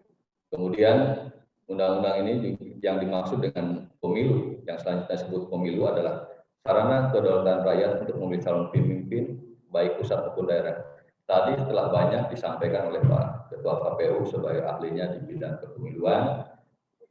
Jadi saya hanya nanti mengajak lebih kepada bagaimana rekan-rekan mahasiswa ini untuk melek politik, kemudian keikutsertaannya di dalam perpolitikan Kuningan. Partisipasi politik dari mahasiswa ini untuk ikut mengambil keputusan di medan politik dan pertarungan politik ini sangat diharapkan sekali. Untuk itu dorongan dari kami dari Pakes Bangpol Kabupaten Kuningan mengharapkan sekali peran serta mahasiswa untuk mengambil keputusan politik. Pengambilan keputusan politik yaitu diantara ada keikutsertaan rekan-rekan mahasiswa ini atas bimbingan Pak Ketua beserta jajaran akademika ini, Sivitas Akademika, untuk mendorong mahasiswa itu ikut serta dalam perpolitikan. Kemudian melalui kegiatan ini juga, saya yakin KPU, STKIP Muhammadiyah Kuningan ini sedang mempersiapkan kader-kader politik muda secara tidak langsung. Ini wajib disyukuri oleh rekan-rekan adik-adik mahasiswa ini, karena umum dan sekolah tempat bernaungnya pendidikan, rekan-rekan ini sudah menyiapkan kader-kader secara tidak langsung melalui pembinaan kader politik ini. Kemudian rekan-rekan mahasiswa juga mendapatkan kesempatan ikut menyelesaikan konflik politik melalui keikutsertaan dalam memberikan suara dalam pemilu kada. Karena kalanya rekan-rekan mahasiswa ini, mohon maaf ya adik-adik, seringkali lebih mengedepankan rasa emosionalnya, rasa keegoannya. Jadi harapan terbesar ini, saya harapkan rekan-rekan mahasiswa juga melek politik dengan segala berat-beratnya. Karena sumber intelektualitas kampus ini sangat diharapkan dan berperan sangat baik dalam pembangunan Kuningan. Ke depan diharapkan adik-adik ini diantara dari alumni STKIP Muhammadiyah ini bisa menggantikan saya, menggantikan Pak Asep di KPU atau bahkan menjadi penerus-penerus pimpinan ini daerah. Kemudian dengan terus mengkampanyekan hal-hal tersebut, maka diharapkan para pemilih di antara mahasiswa benar-benar menjadi pemilih yang berdaulat. Pemilih yang berdaulat di antara keikutsertaan, yakni dengan menentukan pilihannya sesuai dengan hati nuraninya masing-masing. Siapa yang layak dipilih ditentukan oleh dirinya sendiri, bukan oleh orang lain. Kemudian bentuk implementasi kedaulatan pemilih tidak hanya pada saat pemberian suara pada pemilu, anggota DPR, DPRD, DPRD, Pilpres atau Pilkada, yang keseluruhannya hanya 10-15 menit dalam 5 tahun. Kedaulatan pemilih masih terus berlangsung setelah pemilu di mana hasil pemilihan sudah diperoleh. Untuk itu, rekan-rekan mahasiswa ini harus mentransfer ideologi kepada adik-adik kelasnya, adik-adik di bawahnya, bahwa pada saat penentuan kepemilihan terkait dengan figur-figur pimpinan pusat ataupun daerah, maka itu harus dikawal. Kebijakan sekolahnya seperti apa, kebijakan kampus seperti apa, kebijakan senat seperti apa, maka itu harus mendarah daging yang harus dikawal terkait dengan kebijakan-kebijakan itu. Kemudian jangan sampai berakhir pada saat setelah memilih selesai. Jangan sampai pada saat kita ada salah memilih, Berdasarkan amanat Undang-Undang 45, sistem partisipasi politik warga negara tidak terbatas pada hak memilih para penyelenggara negara saja, tetapi juga dalam bentuk penggunaan hak dan kebebasan ataupun hak asasi untuk mempengaruhi penyelenggara negara dalam membuat dan melaksanakan kebijakan publik. Sistem partisipasi politik warga negara yang perlu dibangun adalah sistem yang memungkinkan warga negara yang sudah dewasa berhak memilih berpartisipasi secara efektif dalam proses pengambilan dan pelaksanaan keputusan politik. Untuk itu, rekan-rekan mahasiswa sebagai generasi muda ini sangat dituntut untuk berpartisipasi aktif dalam pembangunan bangsa dan negara. Partisipasi aktif seorang mahasiswa adalah dalam bagaimana satu di antara yang memilih para pimpinan dalam pemilihan umum, kemudian mengawal kebijakannya, apakah sudah sesuai dengan visi misinya dan sebagainya. Kemudian juga mengawasi terkait dengan pelaksanaannya. Kemudian untuk diketahui juga oleh rekan-rekan mahasiswa, adik-adik semuanya, bahwa KPU juga STKIP Muhammadiyah memberikan pendidikan politik dalam kegiatan ini adalah untuk membentuk dan menumbuhkan kepribadian politik dan kesadaran politik kalangan muda. Seringkali kesadaran politik kalangan muda itu terabaikan dengan kegiatan-kegiatan kampus. Ke depan ini Sivitas Akademika harus mendorong biar bagaimana peran kampus, syukur-syukur nanti Muhammadiyah ini menjadi pionir dalam membangun kapasitas politik muda. Bagaimana menumbuhkan kepribadian politik dan kesadaran politik yang merata di kampus. Kemudian tujuan pendidikan politik yang saya yakin dilaksanakan oleh KPU dan STKIP ini adalah untuk membentuk kemampuan dalam berpartisipasi politik muda. Untuk itu, generasi muda dituntut berpartisipasi aktif dalam pembangunan bangsa dan negara. Dengan apa? Dengan caranya sendiri, dengan kapasitasnya sebagai mahasiswa. Maka dari itu, kesadaran akan hak dan kewajiban sebagai warga negara. Subakti menyatakan, sebagai negara yang berdaulat, paling tidak ada dua hal yang mendasar yang harus disadari masyarakat, yaitu hak dan kewajibannya. Nah ini seringkali kita semua lebih kepada menuntut kepada hak daripada kewajibannya. Suara-suara yang ada pada generasi muda yang sudah berhak untuk memilih, salurkanlah haknya untuk memilih. Kemudian juga sebagai kewajiban anak bangsa mengawal kepemiluan tersebut. Bagaimana Indonesia maju, ya kita yang menentukan dalam pemilihan. Seringkali masyarakat hanya menuntut haknya, namun terhadap kewajibannya seringkali diabaikan. Untuk itu perlu ada upaya pemberian penyadaran akan hak dan kewajiban setiap warga negara dalam konteks penyelenggaraan pemilu. Memang masyarakat berhak untuk menentukan pilihannya pada salah satu figur atau calon tertentu, tapi jangan sampai kita tidak memilih figur yang ada yang mengikuti pemilihan tersebut. Jangan kadang-kadang saya nggak memilih dia, saya nggak memilih terkait dengan apa yang kebijakannya, tapi justru kita ikut berdosa manakala ada kesalahan yang tidak kita pilih. Justru kita melalui kesadaran politik anak muda, kesadaran politik mahasiswa untuk menuntut, untuk mengiring para pimpinan-pimpinan yang lebih baik. Oleh sebab itu masyarakat wajib menjadi bagian dari proses suksesi kepemimpinan yang bebas dari berbagai bentuk politik yang menyimpang. Disinilah kawan-kawan pentingnya sosialisasi dan pendidikan pemilih terus dilakukan agar masyarakat dapat menaruh perhatian terhadap masalah kenegaraan sebagai manifestasi kesadaran politik yang dimiliki. Pendidikan pemilih adalah proses penyampaian informasi kepada pemilih untuk meningkatkan pengetahuan, pemahaman, dan kesadaran politik tentang ini faktor-faktor yang mempengaruhi kesadaran politik masyarakat. Ini tadi juga sudah banyak disampaikan oleh Pak Ketua KPU. Ini saya hanya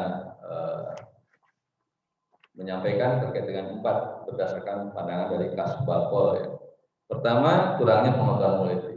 Kurangnya pengetahuan politik seringkali menjadi abai terkait dengan peran serta hak dan kewajiban kita sebagai warga negara dalam keterlibatan kita dalam kepemilihan. Kemudian kurangnya kesadaran akan hak dan kewajiban sudah saya sampaikan tadi. Kemudian kurangnya minat dan perhatian masyarakat. Masyarakat ada kalanya cenderung abai terkait dengan figur-figur terdahulu. Figur-figur dulu juga si Anu dipilih seperti ini. Nanti juga kalau nanti ada kepemilihan ditakutkan figur itu melakukan hal yang sama seperti figur terdahulu. Maka ini kesalahan kita. Maka untuk menghindari kesalahan kita, untuk terhindar dari kesalahan 2 kali, maka harus ditumbuhkan minat dan perhatian masyarakat, khususnya kalangan muda di kampus, menentukan pilihan yang tepat.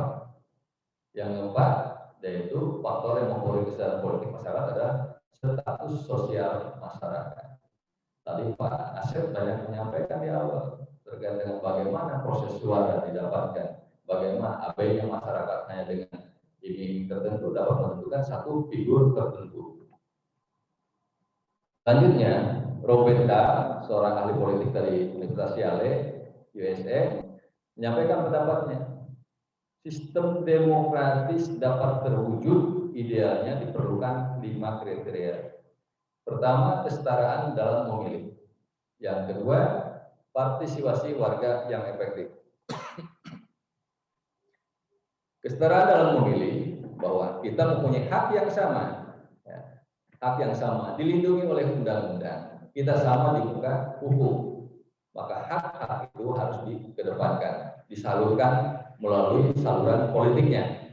Kemudian partisipasi warga yang efektif. Bagaimana efektivitas politik partisipasi warga ini tersalurkan? Maka ruang-ruang publik tersebut, khususnya ruang kampus, ini harus ada pemberian pemahaman bagaimana keterlibatan kalangan muda sangat diperlukan dalam kemajuan bangsa. Yang ketiga, keterbukaan informasi. Sekarang keterbukaan informasi ini sangat luas sekali, baik melalui internet dan sebagainya, atau bahkan informasi seringkali orang belum keluar, di online sudah muncul. Kemudian yang keempat, kontrol terhadap kebijakan. Jangan sampai kita salah dalam hal begitu berhenti setelah memilih, kita berhenti mengawasi, berhenti mengontrol terkait dengan kebijakan-kebijakan figur yang kita pilih. Justru kita, kewajiban kita selaku pemilihnya adalah mengingatkan janji-janji politik dari figur-figur tersebut yang telah kita pilih. Jangan kalau pada saat kita tidak mengawal yang kita pilih, maka jangan salahkan manakala ada ketidaksesuaian antara janji politik dengan implementasi pada saat yang bersangkutan menjabat. Kemudian inklusif, pemilih semua orang dewasa. Selanjutnya ada beberapa faktor pendukung partisipasi politik, yaitu pendidikan politik. Ya alhamdulillah sekarang kerjasama yang baik antara KPU dengan STKI Muhammadiyah ini mudah-mudahan ini tetap berlanjut, tidak saja di dalam acara KKN ini, tapi di kemudian hari Pak Ketua ini besok lusa kita harus memberikan pandangan-pandangan politik pada pemilih pemula, mungkin yang di mahasiswa sudah ada yang pemilih yang kedua kali. Ya, kita di kalangan muda harus sudah didorong bagaimana peran-peran mereka dalam perpolitikan di Indonesia. Yang kedua, asosiasi politik. Asosiasi politik adalah istilah yang digunakan untuk menggambarkan proses dengan mana orang belajar tentang politik dan mengembangkan orientasi pada politik. Adapun yang dapat dijadikan sebagai perantara sarana dalam asosiasi politik antara lain sekolah, antara lain keluarga dan sekolah. Selanjutnya, kesadaran politik. Menurut Dr. M. Taufan, kesadaran politik adalah suatu proses batin yang menampakkan keinsafan dan dari setiap warga negara akan urgensi kenegaraan dalam kehidupan masyarakat dan bernegara. Kesadaran politik atau keinsafan hidup bernegara menjadi penting dalam kehidupan kenegaraan, mengingat tugas-tugas negara bersifat menyeluruh dan kompleksitas, sehingga tanpa dukungan positif dari seluruh warga negara, tugas-tugas negara banyak yang terbengkalai. Jadi demikian, Pak Ketua, rekan-rekan juga para taruna yang mengikuti acara ini yang dapat disampaikan oleh kami di Pakes Bangpol Kabupaten Kuningan. Lebih lanjut kita dapat diskusi. Selanjutnya juga kami harapkan ini kepada rekan-rekan di kalangan taruna sistem informasi perencanaan pemerintahan daerah. Setiap individu, kelompok masyarakat dapat mengajukan permohonan-permohonan bantuan melalui sistem informasi pemerintahan daerah. Jadi rekan-rekan dapat mengklik sendiri posisi di mana dan di situ dapat diketahui individu siapa, organisasinya apa, kebutuhannya apa, alokasinya berapa, nanti di-share-kan di dalam SPD nanti oleh Bapeda, dimasukkan dalam KUHPS untuk dibahas dengan legislatif. Kemudian hasil pembahasan itu dapat dibahas lebih lanjut oleh tim anggaran pemerintah daerah, apakah terakomodir sesuai dengan usulannya atau tidak. Kalau sudah terakomodir sesuai dengan usulannya, besaran nilainya berapa, baru nanti tim anggaran pemerintah daerah akan mengkomunikasikan dengan kami di Pakes Bangpol Kabupaten Kuningan. Bantuan-bantuan tersebut dapat kami sampaikan by clearing. Jadi kami tidak ada potongan, tidak ada apa. Tapi kami hanya memenuhi proposal yang disampaikan sesuai dengan yang diusulkan di dalam SPD, nilainya berapa, nanti bendahara dari organisasi tersebut atau individu yang bersangkutan, nanti kita antar ke kita keluarga SPD-nya, nanti kita by transfer, by clearing kepada rekening masing-masing pengaju. Itu sebagai tambahan informasi kepada rekan-rekan semua. Demikian, mohon maaf bila ada yang kurang berkenan, cukup singkat. Ini saya 25 menit saya ini menyampaikan ini. Demikian, Assalamualaikum warahmatullahi wabarakatuh. Waalaikumsalam warahmatullahi wabarakatuh. Salam. Terima kasih disampaikan kepada Pak Kepala Kes Bangpol, Pak Dr. Haji Muhammad Budi Alimuddin MSI, atas materi yang telah disampaikan tadi. Memang menyambung apa yang disampaikan oleh Pak Ketua KPU ya. Jadi kita masih ada masalah di partisipasi pemilu masyarakat. Mungkin perlu digenjot lagi mengenai literasi politik kepada masyarakat dan mengeliminasi sedikit demi sedikit rasa apatis tadi yang disampaikan oleh Pak Kepala Kes Bangpol bahwa ada pemikiran pemimpin yang nanti akan dipilih sama dengan yang sebelumnya sama. Jadi itu yang mempengaruhi kesadaran masyarakat berpartisipasi aktif. Barangkali itu. Pada rekan-rekan mahasiswa ataupun hadirin semua, barangkali ada hal yang ingin ditanyakan, baik itu kepada materi pertama Pak Ketua KPU ataukah ke Pak Kepala Kes Bangpol, kami persilahkan. Barangkali izin bertanya Pak. Boleh dari Bapak Ibu dosen atau barangkali dari Pak Ketua, dari teman-teman Sivitas STKIP Muhammadiyah Kuningan juga kami persilahkan. Barangkali ada. Pak Moderator. Halo. Silakan. Siap? Ya, siap. Izin Pak. Pak Epan ya? Ya Pak. Siap. Boleh Pak Moderator. Silakan Pak Kapron. Bukan Pak, saya rakyat Pak. Boleh, Dalam boleh. konteks Silakan Pak ya. Aprol. A'udzubillahiminasyaitonirrajim. Bismillahirrahmanirrahim. Assalamualaikum warahmatullahi wabarakatuh. Yang saya hormati Bapak Ketua Waalaikumsalam. STKIP Muhammadiyah Kuningan. Suara saya cukup jelas Pak? Jelas ya?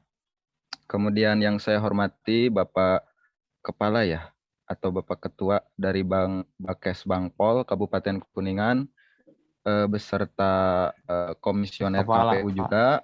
Oh, Bapak Kepala ya, Bapak Kepala Bangkes Bangpol, kemudian para akademisi, dosen, mahasiswa, beserta tokoh-tokoh masyarakat, Karang Taruna semuanya yang mudah-mudahan tetap sehat walafiat. Izinkan pada kesempatan kali ini terima kasih saya ucapkan terlebih dahulu kepada moderator yang telah memberikan kesempatan, dan mohon izin di awal ini saya akan memberikan dulu sebuah disclaimer ya, karena ini mungkin direkam, jadi ini adalah dalam konteks kita berdiskusi gitu ya. Takutnya nanti kan ada ujaran-ujaran yang wah ini menyimpang dan seterusnya, jangan diperkarakan lah. Nanti saya dipenjara takut juga Pak gitu ya. Ini hanya untuk sekedar beronani wacana saja Pak. Saya tidak akan mengambil istilah-istilah keilmiahan atau apalagi terkait dengan keilmuan politik, karena untuk ranah itu saya bukan ahlinya. Di sini saya hanya ingin sebatas curhat saja Pak, tentang apa yang saya alami, khususnya kepada unsur pemerintah, baik itu dari Bangkes Bangpol ataupun kepada penyelenggara pemilihan umum yang independen yaitu KPU. Terkait dengan kesadaran Pak, kesadaran berpolitik. Kalau menurut saya pribadi ya, melihat kenyataan yang ada begitu. Sebetulnya partisipasi dari masyarakat untuk mengikuti pesta demokrasi itu, saya rasa kalaupun kita lihat dari hal yang sederhana saja, saat perhitungan suara. Kalau kita kalau kita ambil indikator kesadaran berpolitik atau kesadaran untuk mengikuti kegiatan politik itu dengan memilih, antara yang abstain dengan yang memilih, pasti kan lebih besar yang memilih gitu.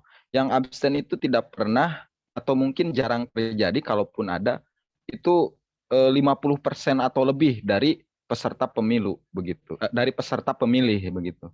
Kebanyakan kan paling cuma berapa persen saja. Kalau kita ambil indikasi atau indikator yang sederhana saja, yaitu partisipasi. Akan tetapi menurut saya permasalahannya bukan di sana.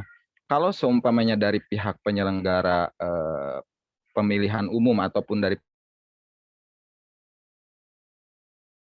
sadar berpolitik, sadar untuk independen dalam memilih dan seterusnya, akan tetapi tuntutan itu yang saya lihat tidak diiringi dengan upaya dari penyelenggara itu sendiri begitu. Buktinya saat terjadi kisruh, saat terjadi penyimpangan-penyimpangan yang ada saat kegiatan katakanlah pemilihan gitu, upaya yang terlihat itu tidak maksimal, bahkan kecenderungannya ya, apalagi kalau berada di sektor yang lebih sederhana gitu ya, entah itu di tingkat kecamatan atau desa, itu pasti akan mudah untuk dikendalikan oleh pihak-pihak tertentu yang memiliki tujuan di dalam politik tersebut. Jadi ini mungkin bukan pertanyaan juga, tapi hal untuk ditanggapi gitu. Mungkin ada klarifikasi dan seterusnya. Sebetulnya kalau menurut saya bukan hanya kesadaran dari masyarakat saja, tapi upaya dari penyelenggara kegiatan politik lah, saya istilahnya begitu saja, istilah awam, itu terlihat kurang begitu. Kemudian hal yang akan saya tanyakan juga mungkin salah satu contoh adalah tentang pemahaman. Kalau masalah literasi, saya rasa saat ini bukan zamannya lagi orang kesulitan mencari informasi. Yang ada justru bagaimana masyarakat itu bisa, kalau istilah Kang Aspa dulu, Pak Aspa dulu itu istilahnya adalah dialektikanya gitu, mendialektikakan antara kesadaran dengan informasi yang ada, itu justru itu yang kurang. Contohnya begini saja Pak, kan tadi kata dari Bangkes Bangpol itu kita harus melakukan atau bersikap dengan politik yang baik atau politik yang benar. Otomatis kalau politik benar itu kan ada standarnya. Kita, contoh umat Islam aja lah, kita standarnya pasti agama dong saat kita ingin berpolitik. Nah, ada sebuah isu yang mengatakan bahwa demokrasi itu memang kafir, Pak. Bagaimana tidak? Karena demokrasi itu ada unsur di mana dasar pengambilan kebenaran itu bukan dari hakikatnya, akan tetapi dari banyaknya dari banyaknya siapa yang memilih begitu. Ini kan hal yang sangat tidak logis juga gitu. Masa orang yang mayoritas, bagaimana kalau orang tersebut, pemilih tersebut keilmuannya kurang, otomatis kan mereka akan memilih hal yang mungkin itu adalah sesuatu yang buruk begitu. Nah, unsur voting yang ada pada demokrasi itu aja kalau seumpamanya itu dihembuskan pada masyarakat, saat ini mereka pasti akan berpikir ulang juga, betul juga ya, ternyata demokrasi itu memang kafir gitu. Demokrasi itu apa sih lah? Demokrasi itu hanya sebatas produk luar negeri, produk dari Prancis mungkin yang dulunya dari trias politika, yang itu sudah jelas-jelas efeknya itu tidak memberikan tidak memberikan dampak yang signifikan. Berapa tahun kita menggunakan sistem demokrasi, tapi kan kepemimpinan atau pemimpin yang dihasilkan dari demokrasi itu seperti ini begitu. Tidak ada upaya-upaya yang serius untuk mensejahterakan masyarakat, yang mana upaya tersebut hanya terlihat di bibir saja begitu, dan itu terdengar saat pemilu. Setelah pemilu mah udah entah kemana itu para politikus itu. Nah, hal-hal inilah yang menjadi beban sebetulnya bagi masyarakat dan 1 menit khususnya lagi ya, mahasiswa juga. Pak Evan ya. Oh ya, siap. Saya ini bersemangat sekali ya, mohon maaf. Dan juga tadi sedikit dari Bapak Bangkes Pangpol menyindir atau menyinggung tentang bagaimana mahasiswa itu hanya sebatas menggunakan emosinya saja atau emosinya saja.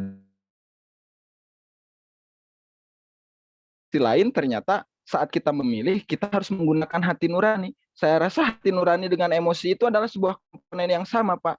Itu adalah komponen rasa begitu. Karena memang kita tidak akan bisa terlepas dari perasaan-perasaan hal tersebut. Yang perlu di pemerintah dan juga penyelenggara politik yang itu nanti menghasilkan para pemimpin, mengendalikan itu semua, saya rasa begitu. Jadi mudah-mudahan apa yang saya ungkapkan ini bisa ada manfaatnya begitu, dan setidaknya ini menjadi wahana bagi saya untuk curhatlah kepada langsung para pemimpin atau para penyelenggara pemerintah yang ada di sini. Terima kasih atas perhatiannya, dan ini saya tujukan kepada Bapak Ketua KPU juga dari Bangkes Bangpol untuk ditanggapi tentang apa yang tadi saya ungkapkan, jika itu memang bisa ditangkap begitulah. Terima kasih atas perhatiannya. Mohon maaf atas segala kekurangannya. Nasrun minallah wa fatun qarib wa basyiril mu'minin. Assalamualaikum warahmatullahi wabarakatuh. Waalaikumsalam warahmatullahi wabarakatuh. Ya, luar biasa ya. Terima kasih Pak Ustadz Evan tadi memaparkan keresahan. Mungkin lebih condongnya keresahan ya Pak Evan ya, keresahan yang dirasakan oleh masyarakat, bahwa beliau mengatakan kurang lebih bahwa sebenarnya partisipasi dan kesadaran masyarakat itu sudah ada. Hanya yang menjadi pertanyaan tadi penyelenggara. Nah, silakan mungkin ditanggapi. Kalau dari saya kesimpulannya demikian, tapi mohon nanti apabila ada yang kurang saya tangkap kepada Pak Ketua KPU dan Pak Kepala Kesbangpol untuk menanggapi. Silakan. Siapa dulu? Silakan Pak Ketua KPU dulu. Kami silakan. Ya, terima kasih. Ini luar biasa ini Pak Evan ini kalau nanya memang selalu meledak-ledak. Untung tidak ngebeleduk.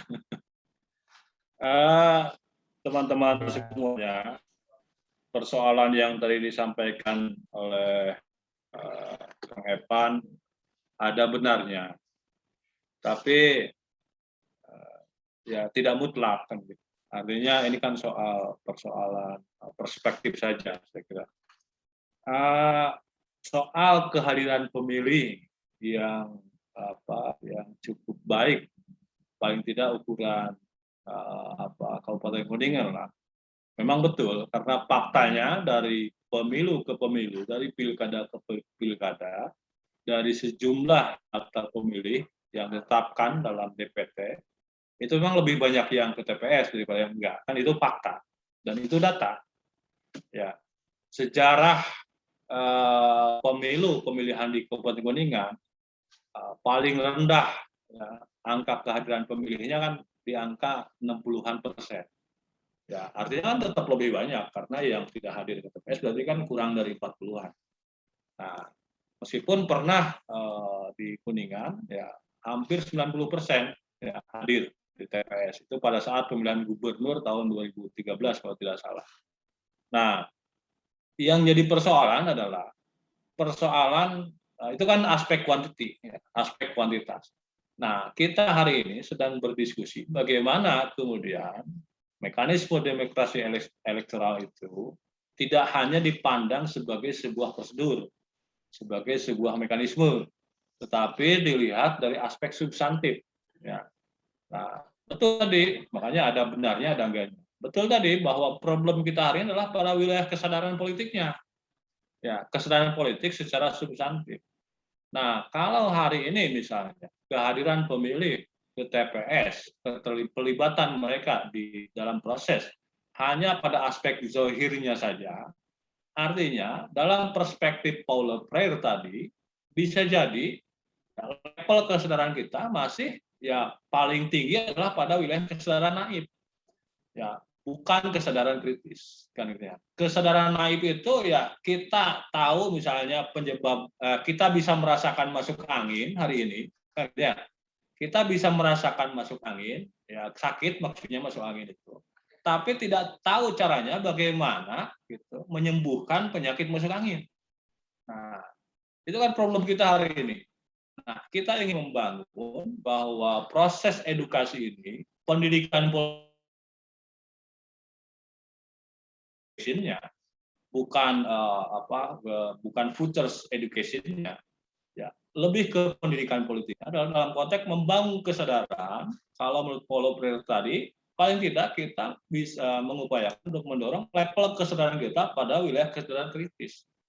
Bisa merasakan masuk angin, ya tahu penyebab masuk anginnya, lalu kemudian tahu cara menyembuhkan masuk anginnya. Kira-kira begitulah ya yang kita inginkan. Nah, lalu apa yang membedakan dengan konteks pendidikan pemilih? Nah, itu tadi soal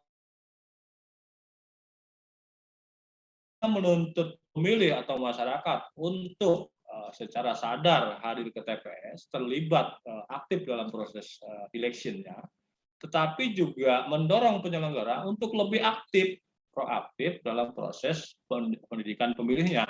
Nah, itu benar. Ya, sebab domain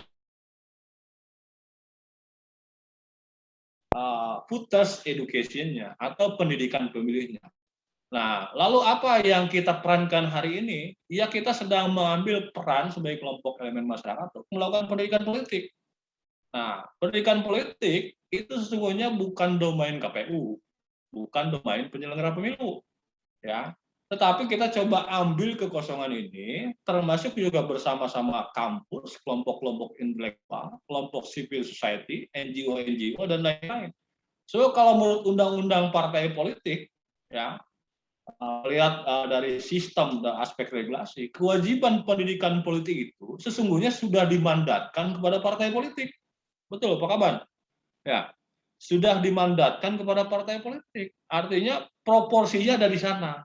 Makanya tadi di awal paparan Pak Kaban sempat menyampaikan informasi besok katanya ada rakor dengan parpol mengulas persoalan bantuan dana stimulan untuk partai politik. Teman-teman tahu ya, partai politik yang meraih kursi di parlemen, ya 10 parpol di DPRD Kuningan hari ini, kandidatnya saat ini, APBD kabupaten sebanyak Rp1.800 per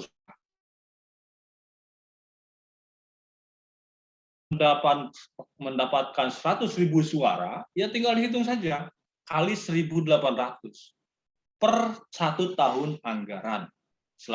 Sementara periode periode jabatan di DPRD Kabupaten Kota kan 5 tahun, berarti kali 5 tahun. 100.000 suara kali 1.800 kali 5 tahun. Nah, untuk apa alokasi itu? Kalau tidak salah, kisaran 60%-nya untuk pendidikan politik. Nah, seperti itu.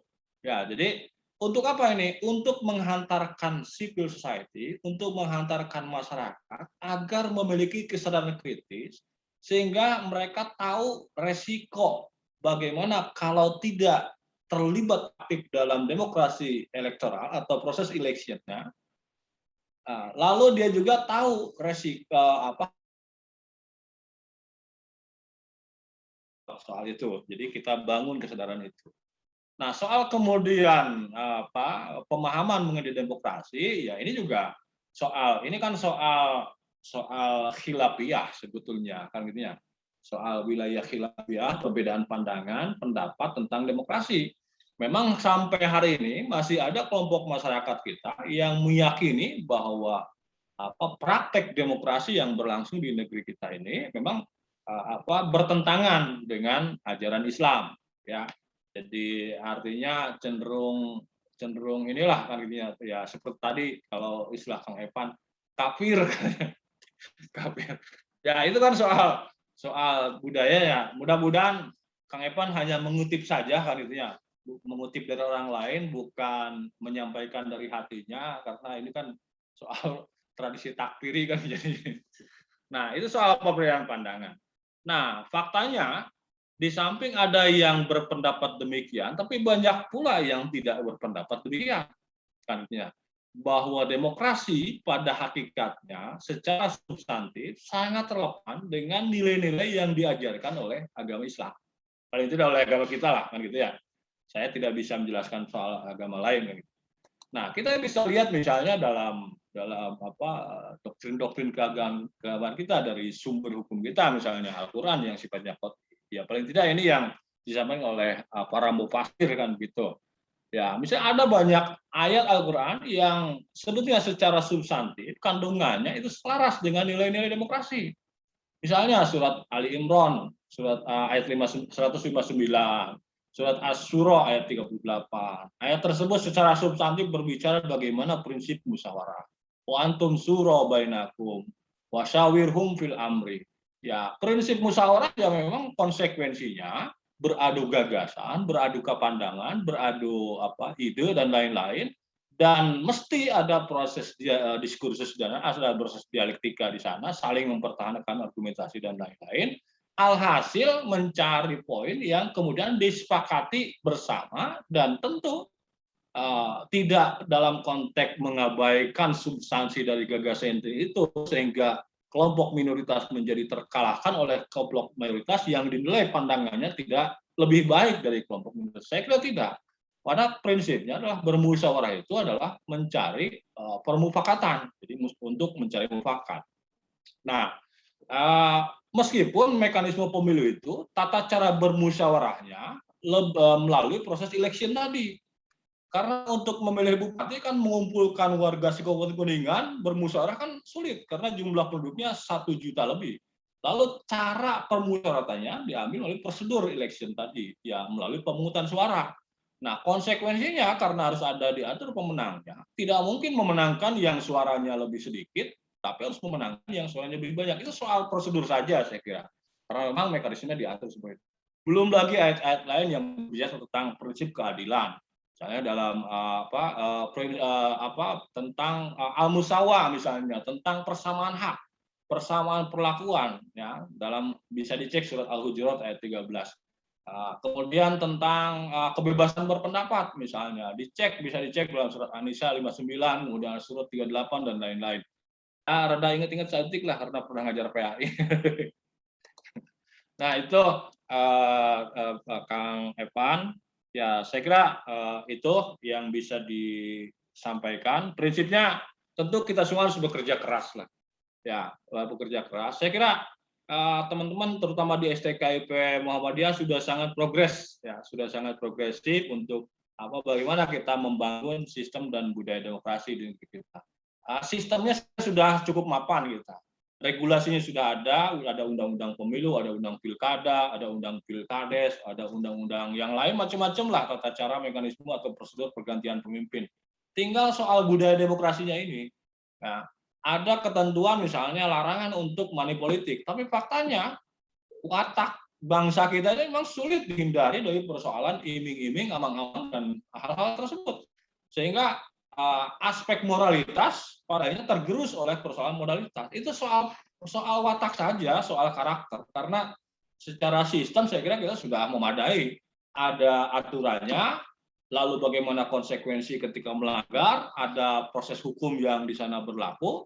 Ya tinggal para pihak di sana, para pemangku kepentingan di sana memang terhindar dari praktek-praktek negatif atau yang kemudian pada akhirnya menyisakan persoalan pasca proses eleksinya itu. Itu mungkin yang bisa ditanggapi. Terima kasih. Baik, terima kasih. Itu jawaban dari Pak Ketua KPU, Pak Epan ya. Tadi sudah dijelaskan dengan ayat-ayat Al-Quran juga. Mungkin satu frekuensi lah, mudah-mudahan dengan Pak Epan ya, satu frekuensi mengenai tadi pertanyaan yang utara. Nah, terima kasih Pak Ketua KPU atas pemaparan penjelasannya. Selanjutnya barangkali ada tambahan dari Pak Kepala Kesbangpol, kami persilahkan. Terima kasih, Moderator, Pak Ustadz Ervan. Terima kasih, pertanyaannya sangat luar biasa. Itu sangat menyentuh, dan itu bahan kami dari pemerintah untuk mengawal terkait dengan bagaimana proses pendidikan politik di masyarakat. Tadi Pak Ketua, Pak Kiai Asep sudah menyatakan terkait dengan dalil-dalil nakli, dalil akli, ya, termasuk urgensi hukumnya sudah disampaikan. Jadi pada prinsipnya sudah terjawab oleh Pak Ketua.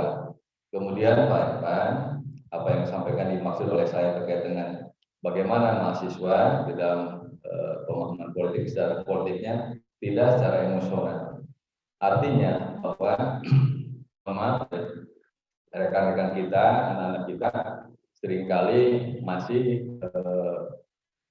lebih condong kepada ke figur-figur ya. Harusnya maksud saya secara emosional itu jangan sampai terkait dengan pemilihan itu berhenti pada saat setelah 10-15 menit kita memilih ya. Tapi kita terus mengawal kebijakan. Tadi Pak Ervan menyatakan terkait bagaimana pelaksanaan kebijakan tidak sesuai dan sebagainya. Baik, kita berhenti di bilik suara, tapi terus mengawal kebijakannya. Apa yang disampaikan dalam kampanye figur-figur tertentu itu juga terlaksana di dalam pemerintahannya, baik di legislatif ataupun eksekutif, manakala yang bersangkutan terpilih. Untuk itu, agar kita tidak secara emosional dalam memilih, maka pertama pahami figurnya. Ya, figurnya siapa, dari mana, kemudian terkait aspek-aspek keagamaan yang Ustadz Ervan tadi sampaikan, ya silakan saja, sah-sah saja. Sah-sah saja. Cuman pada saat kita jangan sampai juga melihatannya kepada, mohon maaf ya, terkait dengan isu religiositasnya, ya. Tapi juga harus memahami bagaimana visi misi partai politik tersebut, bagaimana kapasitas yang diusungnya. Jadi ada kesadaran politik, pemahaman yang luar biasa antara pemahaman terkait dengan figur, pemahaman terkait dengan partai, dan akan ditentukan dengan kepemilihannya. Dan Pak Ustadz Ervan Bipanglah, di dalam ta'lim ada satu peribahasa yang mengatakan nafsuka matiatuka parkubihan. Dirimu adalah kendaraan yang perlu kamu santuni, kamu perbaiki. Laisa nafsi nafsi, bukan oleh orang lain, tapi dirimu sendiri. Jadi bagaimana kita ke depan kita mengetahui memahami satu permasalahan, ya kita sendiri, karena kita yang tahu, orang lain hanya penonton. Untuk itu, mari bersama-sama KPU ya, bersama-sama dengan sivitas akademika Muhammadiyah dan juga kita dari kalangan masyarakat sama-sama mendukung bagaimana proses pemilihan ke depan berjalan dengan baik, kesadaran politik juga akan meningkat di kalangan muda khususnya. Demikian Pak Ustadz Ervan, ya, terima kasih. Pak Kiai Asep juga ini, terima kasih atas wejangan pencerahannya. Assalamualaikum warahmatullahi wabarakatuh. Waalaikumsalam warahmatullahi wabarakatuh. Terima kasih Pak Kepala Kesbangpol atas tadi jawaban dari pertanyaan atau keresahan Pak Evan. Ya, mudah-mudahan kita semua dapat mengambil manfaat atau materi yang tadi disampaikan, yang dipaparkan yang pertama oleh Pak Ketua KPU, yang kedua oleh Pak Kepala Kesbangpol, Pak Dr. Budi. Selanjutnya barangkali masih ada yang ingin bertanya atau curhat seperti Pak Evan tadi, barangkali. Apa cukup? Kalau cukup, maka berakhirlah kegiatan kita pada siang hari ini dari pagi. Ya, cukup sepertinya ya. Nggak ada lagi. Pak Evan ada tambahan? Barangkali. Nggak. Sedikit, ada, silakan. Pak Moderator. Silakan. Oh, ada. Oh, siapa Ya. ada yang mau masuk? Enggak. Oh ya. Saya ucapkan terima kasih mungkin ini kepada Pak Ketua KPU, juga kepada Bapak Kepala Kesbangpol, Bapak Dr. Budi ya.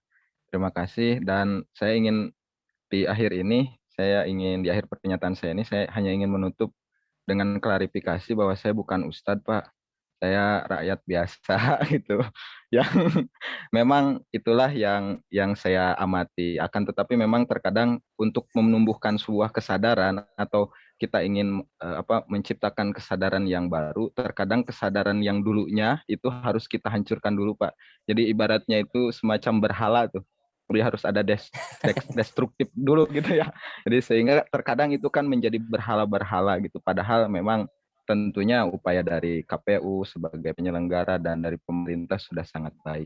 Itu saja Pak yang ingin saya ungkapkan di pernyataan saya terakhir ini, dan terima kasih. Oke. Makasih Pak Evan ya. Tadi katanya jangan panggil Ustadz, nanti di belakang sajalah. Ustadz Evan. Oke, barangkali cukup ya Bapak Ibu. Terima kasih sekali lagi kami ucapkan kepada Pak Ketua KPU, Pak Asep Fauzi, juga kepada Pak Kepala Kesbangpol, Pak Dr. Budi. Terima kasih atas share ilmunya, kemudian silaturahimnya. Semoga ke depan ini bukan yang terakhir ya. Ke depan kita ada agenda atau kegiatan lain, kita bisa bekerja sama dan bersilaturahim kembali. Juga kepada pimpinan STKIP Muhammadiyah Kuningan, termasuk Pak Dudung. Terima kasih banyak KPU. Pak Ketua KPU dan ya. Pak Kepala Kesbangpol.